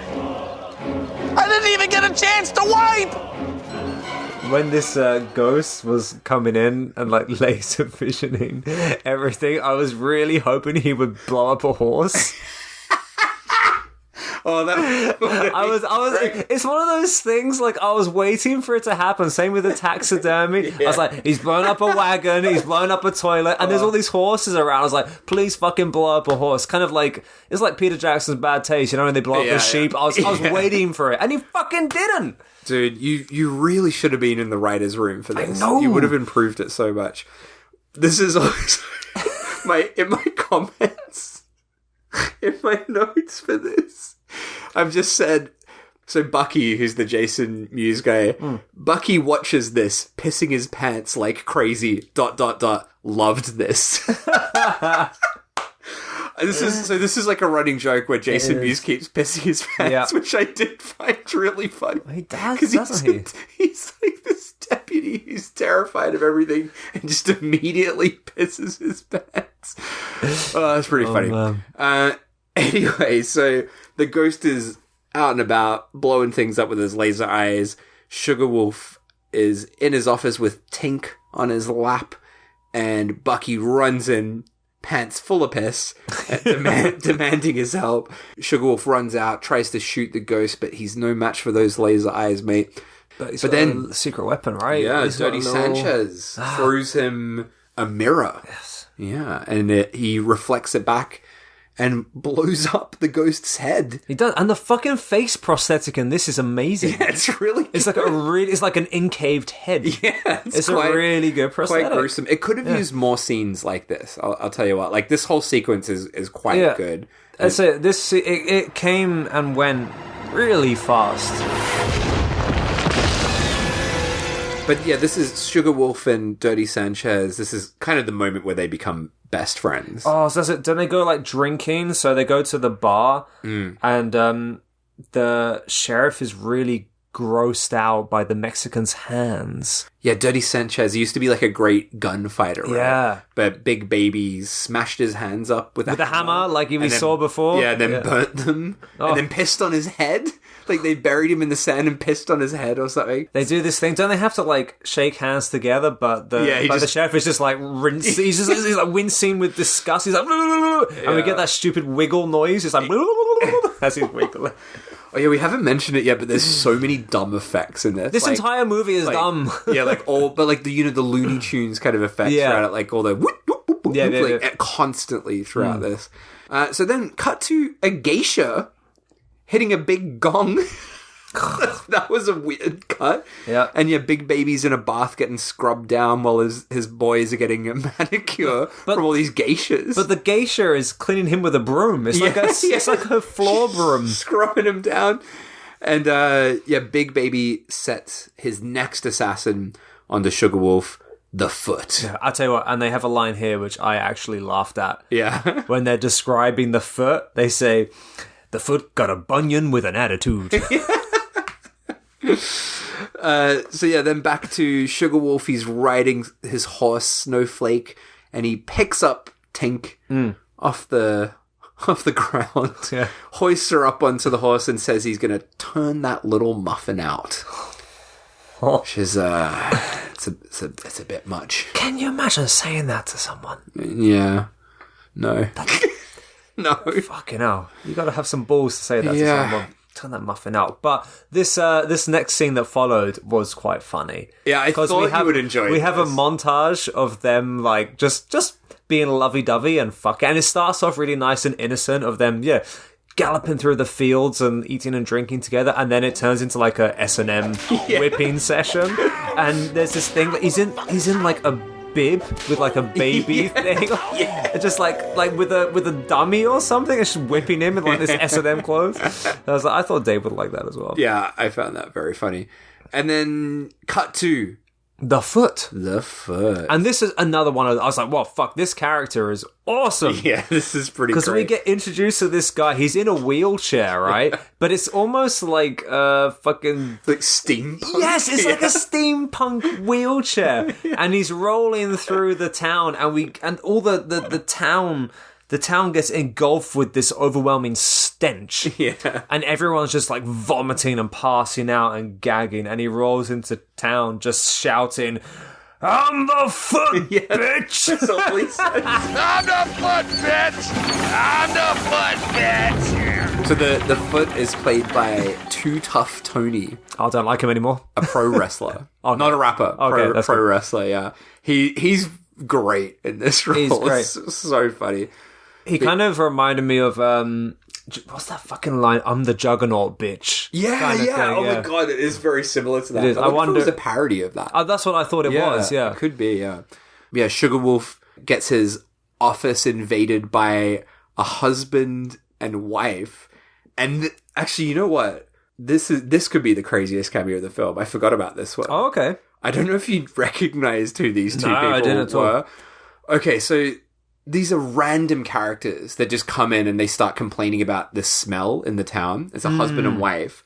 The husband is played by Jimmy Walker, who was from a sitcom called Good Times. Okay. And he had the catchphrase, "Dynamite!" Do you know that? Oh, yeah. So I know him mostly from like Beastie Boys references to him. Right. But yeah, like that's a very fucking weird, mad cameo. But the woman is played by Bridget Nielsen. Do you know who she is? No. So she was Sylvester Stallone's wife, and okay. she's in Rocky IV as one of the villains. But she was also in a reality show with Flavor Flav. Oh, not the Flavor of Love. Yes. So they like dated for a while. Really? Yeah. Those two cameos were just insane to me. Like, what are they doing? I in this? didn't recognize them whatsoever. Mad stuff. Yeah. But yeah, Dirty Sanchez is in there as well, and he says that he knows the smell. It's the foot. And apparently 15 years ago, I like this comment, the foot destroyed his father's ranch, which just creates a great image in your mind of this foot guy smashing shit. So then we cut to the foot just causing utter fucking chaos. He's like smashing people with his foot, sending them flying. People are like puking and fainting. Yes. He runs over one guy and kills him. Yeah. And he's like, I'm the foot, bitch. He like cuts a guy in half with his wheelchair. Right. Then Sugar Wolf approaches and he's sort of like up above on a building, right? While he's like distracting the foot. Dirty Sanchez ropes up the foot from behind, like ties his foot up. Lassos and then, attaches it to Snowflake the horse. Sugar Wolf jumps under the horse and they drag the foot along right into like a big pile of TNT, of dynamite, and blows up the foot. And that's it, he's done. He's done. It was very short-lived. Dude, and he was another one of those like great characters who I could have happily watched for a lot longer, along with the Ghost. Yeah. And just like came and went in an instant. We could have used more Foot and Ghost and less the twisted characters, yes. and dumb jokes. It kind of reminded me of that the Boneyard monster thing at the end of the Boneyard. Yeah, very very short lived. Yeah, it's like it was like finally there's something here that I enjoy. And Boneyard was all good, but that character especially was really good. Yeah, and just went within like 30 seconds. Very very quick. Yeah. So the foot's blown up over in an instant. Wish he stayed longer, but he's done. Sugar Wolf comes back to town. Everyone's loving him, celebrating him, and then those two cunts that we hate so much, the twisted guys, they come and take out their guns to shoot at Sugar Wolf. They try to run off, but Sugar Wolf just appears out of nowhere and then knocks them out. Right. So he's like captured the he does, doesn't he? The lads, the lads, two boys, and Big Baby is fucking furious about this. And he did have a line that made me laugh a little bit. What's that? Just because it's so like bluntly delivered. Red hot anger is flowing through my body uncontrollably. I'm fucking pissed. Very matter of fact. Very matter of fact. And then also he calls in, he's like really angry, calls in a random goon and then just shoots him out of annoyance. But he also reveals that there is a third assassin, the wickedest of all the assassins, who is already deeply in play. So at this point we're like, what's going on? You know what? I overlooked that entirely, yeah. And then we get, Yeah, the craziest cameo. I think it's the craziest. Yeah. It really is fucking mad. It's fucking nuts. It's so ridiculous and it's so unwarranted, and it kind of just made me lose a lot of respect for the actor as well. I was like, 'cause, I mean, it's not an actor that I particularly admire or think like he's fucking amazing. He's a good actor, don't get me wrong, and he's been in some stuff that I enjoy, but he's not like, oh, this guy's fucking great, I want to see his next film kind of guy. But after seeing him in this, I'm just like, what the fuck were you thinking? Yeah. Like, what the fuck were you thinking? Because not only is he in this piece of shit, he plays himself in this, in a fucking desperate role, trying to, like, promote his movies and shit. It's like, it's just mad. So who is it? It's that cunt, isn't it? Well, we've got Fred Freckles, the previous sheriff. He's walking through the desert, and he comes across a guy suntanning. Fucking... And, yeah, it's Tom Sizemore, who also has a connection to this podcast. Because really? Do you remember way back in Skinner, we talked about Heidi Fleiss, the Hollywood Madam. They were a couple. Really? For a long time. I think we maybe briefly talked about it in that episode, yeah. He is also... dead, right? Tom Sizemore. Is he dead? I think he died. Really? Yeah. Huh. Are you gonna make me beat the shit out of you? No, I said go. I mean go, okay, Wild Bill Hickok?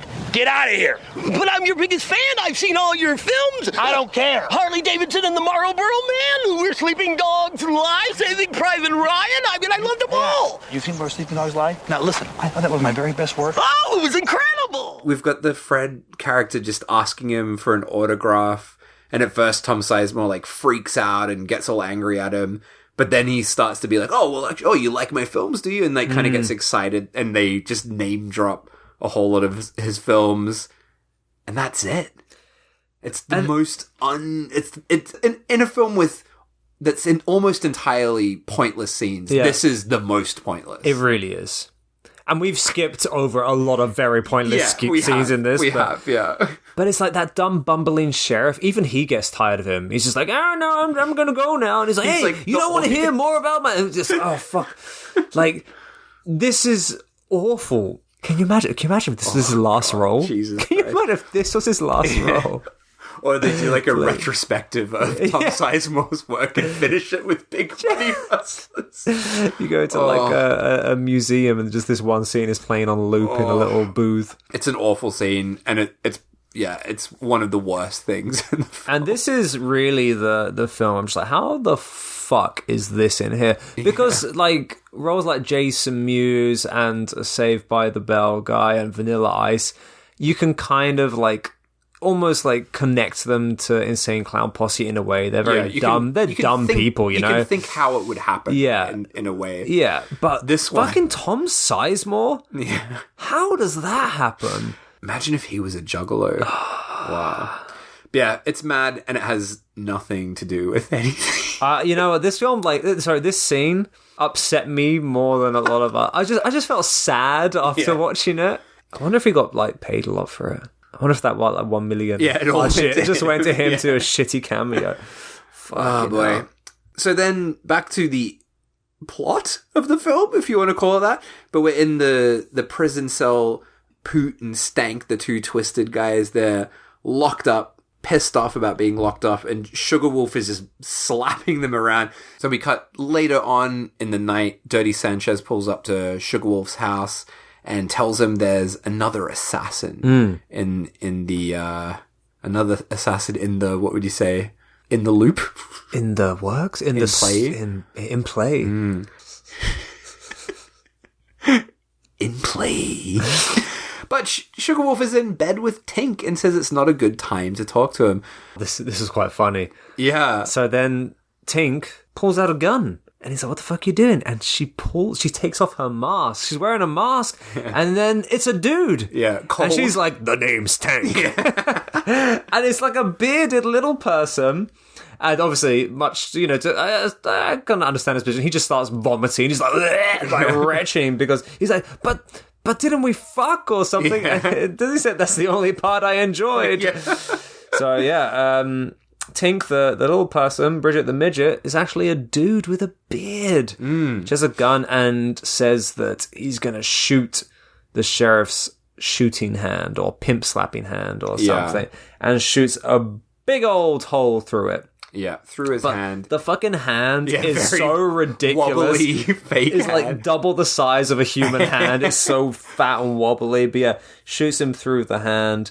And doesn't he like throw the little person out the window after that? Throws him or her out the window. And then we get a full minute and a half scene of him beating up a dummy of the little person. Very obvious dummy. Yeah.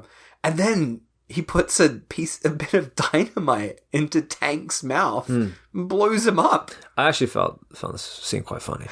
The beating? Or the beating. Yeah. And it's almost like better the fact that it's so clearly a dummy. Like they didn't really seem to care if it looked real or not. It's just the clown man throwing this dummy and it's like head stomping it and smashing it through glass panes.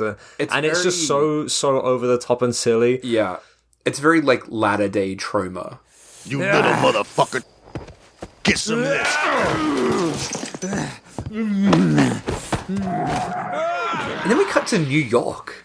Oh, yeah. Modern day New York. I like that it was modern day. Yeah, I thought that was kind of funny. Yeah. And yeah, Sheriff Fred Freckles, or ex-sheriff I should say, walks around confused. He arrives at the chili place that he was told to go to. It's run by Dash Riprock, who's another wrestler, pro wrestler, one of the many wrestlers in this. And the guy is stoked that Fred Freckles is mates with Sugar Wolf and gives him a tiny bowl of chili that he has to take back with him. Oh, so fucking pointless. Then back to the sheriff's office, Hack Benjamin, the masked guy, shows up, pulls a gun on Bucky. Bucky pisses himself immediately again. Yeah, Hack Benjamin breaks out, Poot and Stank, the two annoying dudes, and they all just start to shoot Bucky, Jason Mewes, just over and over with like machine guns. They've like suddenly got like modern weapons, and he's just squibbed to smithereens. Like he's like covered in squibs, just getting blasted. Tarantino level of just like what's that end scene in Django? It's like non-stop squibs going off. Relentless. Sugar Wolf rides over, bullets are strewn everywhere, blood's everywhere. Bucky's dying. I did find this funny, like as he dies, he's just like, oh, crap. But he dies like twice as well. Does he? Yeah, because like he dies the one time, he's like, oh crap, and dies. And then Jenny Sanchez runs in and like says like, all right, we'll help you out. I know you've been shot in the hands, but we'll help you get your other hand working as well. And then it just cuts to Bucky again, dying again, going, oh crap. I thought that was pretty funny. And then back to the saloon, some babes are dancing and singing while some horny dudes are watching. That they sing, like, it's so dumb. The lyrics is like, I wouldn't let his pecker near my butt. Oh god, it's awful. Big Baby is loving it though. So yeah, he probably wrote it. Yeah, probably an ICP B-side. Stank and Poot come in, they're recently freed from prison. Big Baby lays out his plan to get Sugar. So he's like, this was all a test. We're building up to our final showdown. So we get like kind of a odd scene of... So the dudes lining up? Yeah, so all these guys lined up for a wanking. Yeah. Now, one of them has a very odd accent. Did you pick up on that?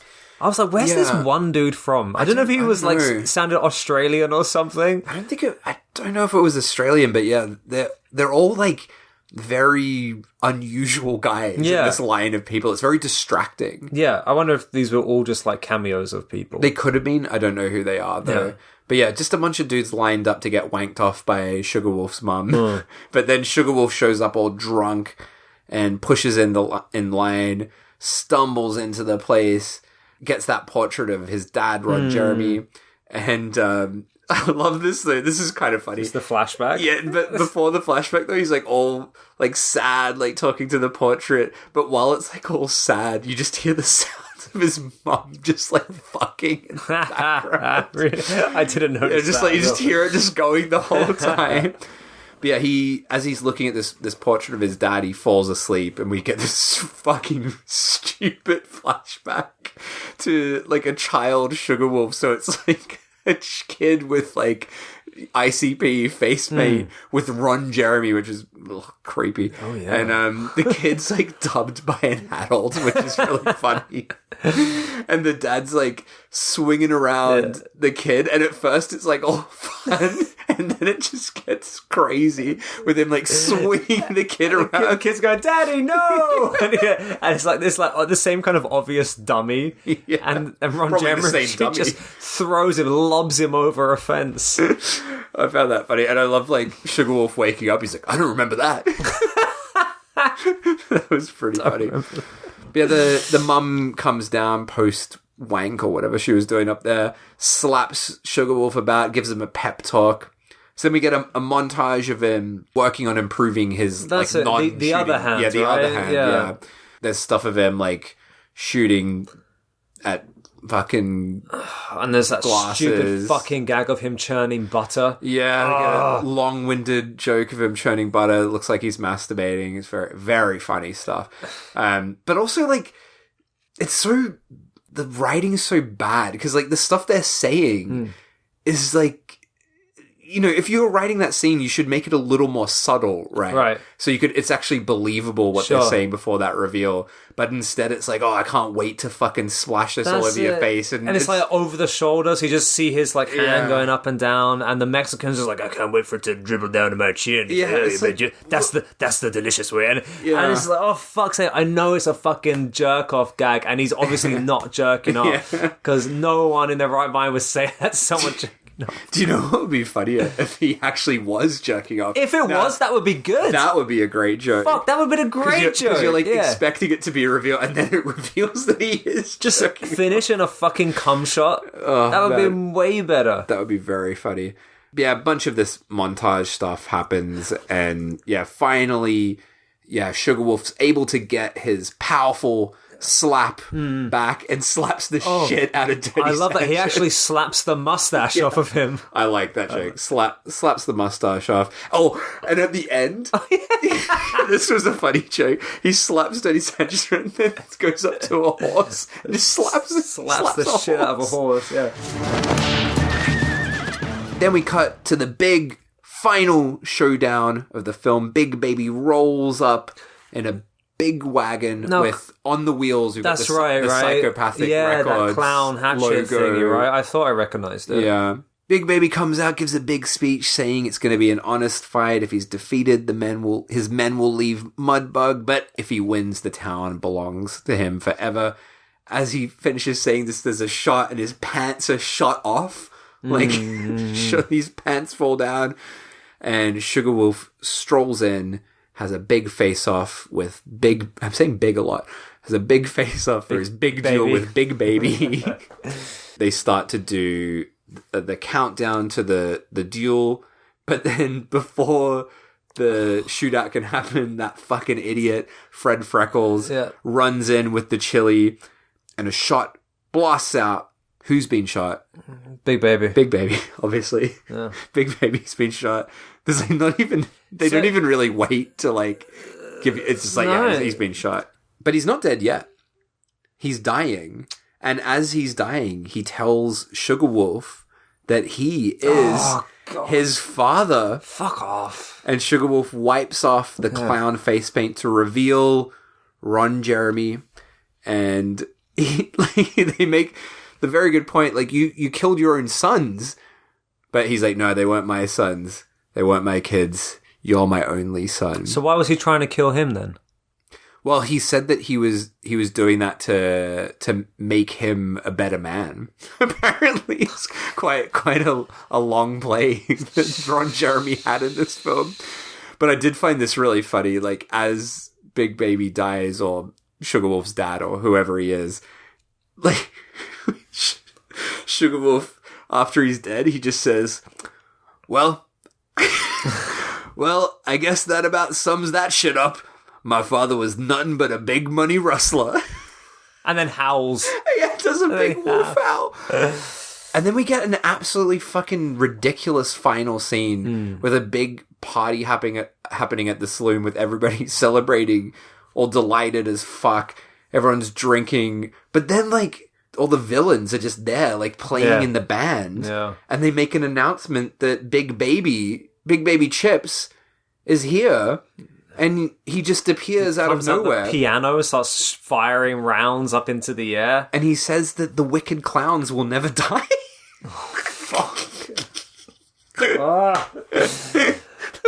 I think this is the point I turned it off. I was like, I cannot make it through these end credits. It gets more confusing because like this end part. So we're getting like end credits, but it just reintroduces all these dead characters. What? Just reappear, like the foot's there and the ghost is there. And like even Ron Jeremy is there, which is just really confusing because Big Baby is the same character as Ron Jeremy. And is it not just like is it just not like an end credits thing? I guess so, but it's still like a scene, right? Like it feels like a scene. Yeah, they blew it.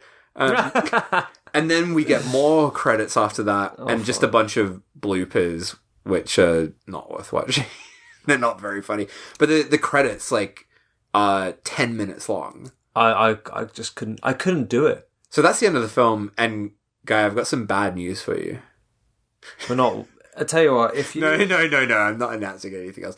Got some bad news. In 2015, so this is quite a while ago. Yeah, they did announce that there will be another sequel. So we've had Big Money Hustlers, Big Money Rustlers. Yeah. What do you think the next one could be called? What would your guess be? Big Money Bustlers? That's good. All right, let me try again. That's a good guess. Big Money. So that was. Do you want me to do like a? It was Hustlers, Rustlers, and. Do you want me to do? Is it something Hustlers? They've kind of broken it a bit. Then I have no idea. But it sort of rhymes, but not quite. Much like a lot of their own rhymes. Do you want me to do the action? Okay, fuckers. Not fuckers. Big money fuckers. Big money pumpers. Big money luck. What do you say? It's Big Money Thrusters. Oh, fuck off. Clowns. Thrusters. Fuck off, clowns. Dude. Oh, God. I cannot tell you how much I hated this movie. I can tell. And I tell you what, I will never watch another one of their films again. Do not bring Big Money Thrusters to this podcast, because I will break up with you as a friend. Oh, man. I'm quite... Yeah, I did know that you wouldn't like this, but I thought it would be fun to talk about. But I didn't know that you would hate it this much, because I'm not quite the same. I agree, like, everything you say is correct, and it's objectively horrible. But for me, I could not ever get over the fact that I was watching men in clown makeup in a Western. Yeah. And that novelty helped me... I wouldn't say I liked this. Yeah. But I enjoyed it as an absolutely insane experience. It's just dumb. It's just so stupid that I just could not find just an ounce of humor in there whatsoever. It was just too much. So how about the wrongometer? I know what I'm giving this. What are you doing it? Wrongometer, to review the criteria.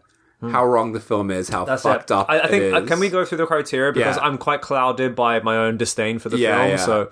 And like, to be fair, okay, so wrongometer is not how bad it is. It's how wrong it is, how fucked up it is, how much it shouldn't exist. Sure. So I think for those points there, I have to go fairly high with this, because this film is utterly fucked. Like, this should not exist. And not only because it's bad, but just because it's a film with fucking two grown men, middle-aged men in clown makeup riding around on horses. That's very true. And then on top of that, you've got this like fucked up, puerile, like immature humor, bizarre sequences like laser eyes, giant stinky foots, and as well as that, cameos Tom Sizemore, they're so jarring. I've never seen such jarring cameos like Bridget Nielsen, Tom Sizemore, Vanilla Ice, Screech. So for me, I'm gonna go pretty high with this. I'm gonna go for an 8. Okay. Yeah. I hate this movie so much. I'm gonna give it a 7. Say again? I'm gonna give it a 7. Give it a 7. I'll give it a 7. I think so broken. I think that there's definitely some kind of self-awareness going on in here, you know? Like they knew what they were doing. They knew they were making an absolute cunt of a movie. I can't go any higher than a 7. I've never seen you so This is defeated. This is the first time I didn't fucking finish the movie. This movie fucking I hate you for making me watch this. This was like so much worse than Duck. It really was. It really was. And it's also kind of crazy because Jesus Christ. I never had an opinion of Insane Clown Posse before this. I knew they were a thing. Yeah. I knew they were a thing, but they didn't bother me. They never imposed on my life. Once I went to London and I saw a clown, and that was that. But it's never a thing that imposed on me. But now, after viewing this, I know that I absolutely despise them. Holy shit, I fucking hate them and anything they create. Fuck them. Oh, God. And it's so ridiculous. I don't even care about them. That's the thing. I have this really strong opinion about this band that I don't care about at all. What's that about? God fucking damn it. Fuck this band. That's Fuck your you, Dave. That's your best review. Fuck off.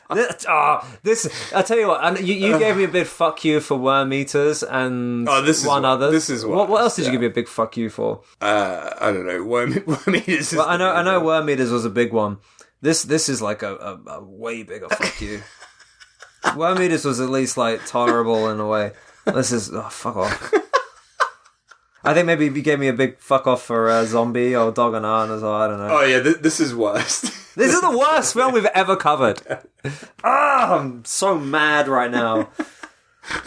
I tried to sound positive for the podcast because I don't want to sound like a grumpy old cunt. Because no one wants to listen to an angry old cunt. But man, I am angry. Fuck off. Right, next time, Big Money Hustlers. fuck off. They've not made that yet, have they? They've made Big Money Hustlers, but not Big Money Thrusters. But you said they announced that 10 years ago? Yeah. I hope I die before that. Why don't you just hope they don't make it? You don't have to die. I'll be dead. You want to die, right? I don't want to live in a world with Big Money Thrustless. All right. So, next time we will be going back to Japan for Tabetai, which has been directly translated as I want to eat. I think you could also assume that the U is presumed. Yeah. So I would say I would translate it as I want to eat you. Okay. Because this is a movie starring the Kobe cannibal Issei Sagawa, who we've talked about. We've talked quite about a lot. Yes. On the pod. This movie, Tabetai, there are two versions of this, I will say. One is 60 minutes, one is 90 minutes. So we will be reviewing the 90-minute version. On Letterboxd and other places, it says there's an 80-minute version. I just believe someone has kind of merged the two runtimes together and made an average of the two. But no, we'll be talking about the 90-minute version of I Want to Eat You, starring and written by Issei Sagawa. Oh boy. So join us next time. Fun times. Whoop whoop. Whoop whoop. And please remember to follow us on Instagram at Show Me Something Wrong. Send us an email at showmesomethingwrong@gmail.com. Yeah, we'll see you next time for some cannibal fun. And fucking. Oh no.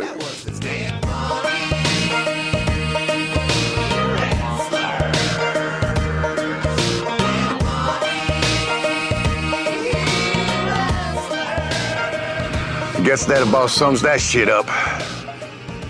My father was nothing but a big money rustler.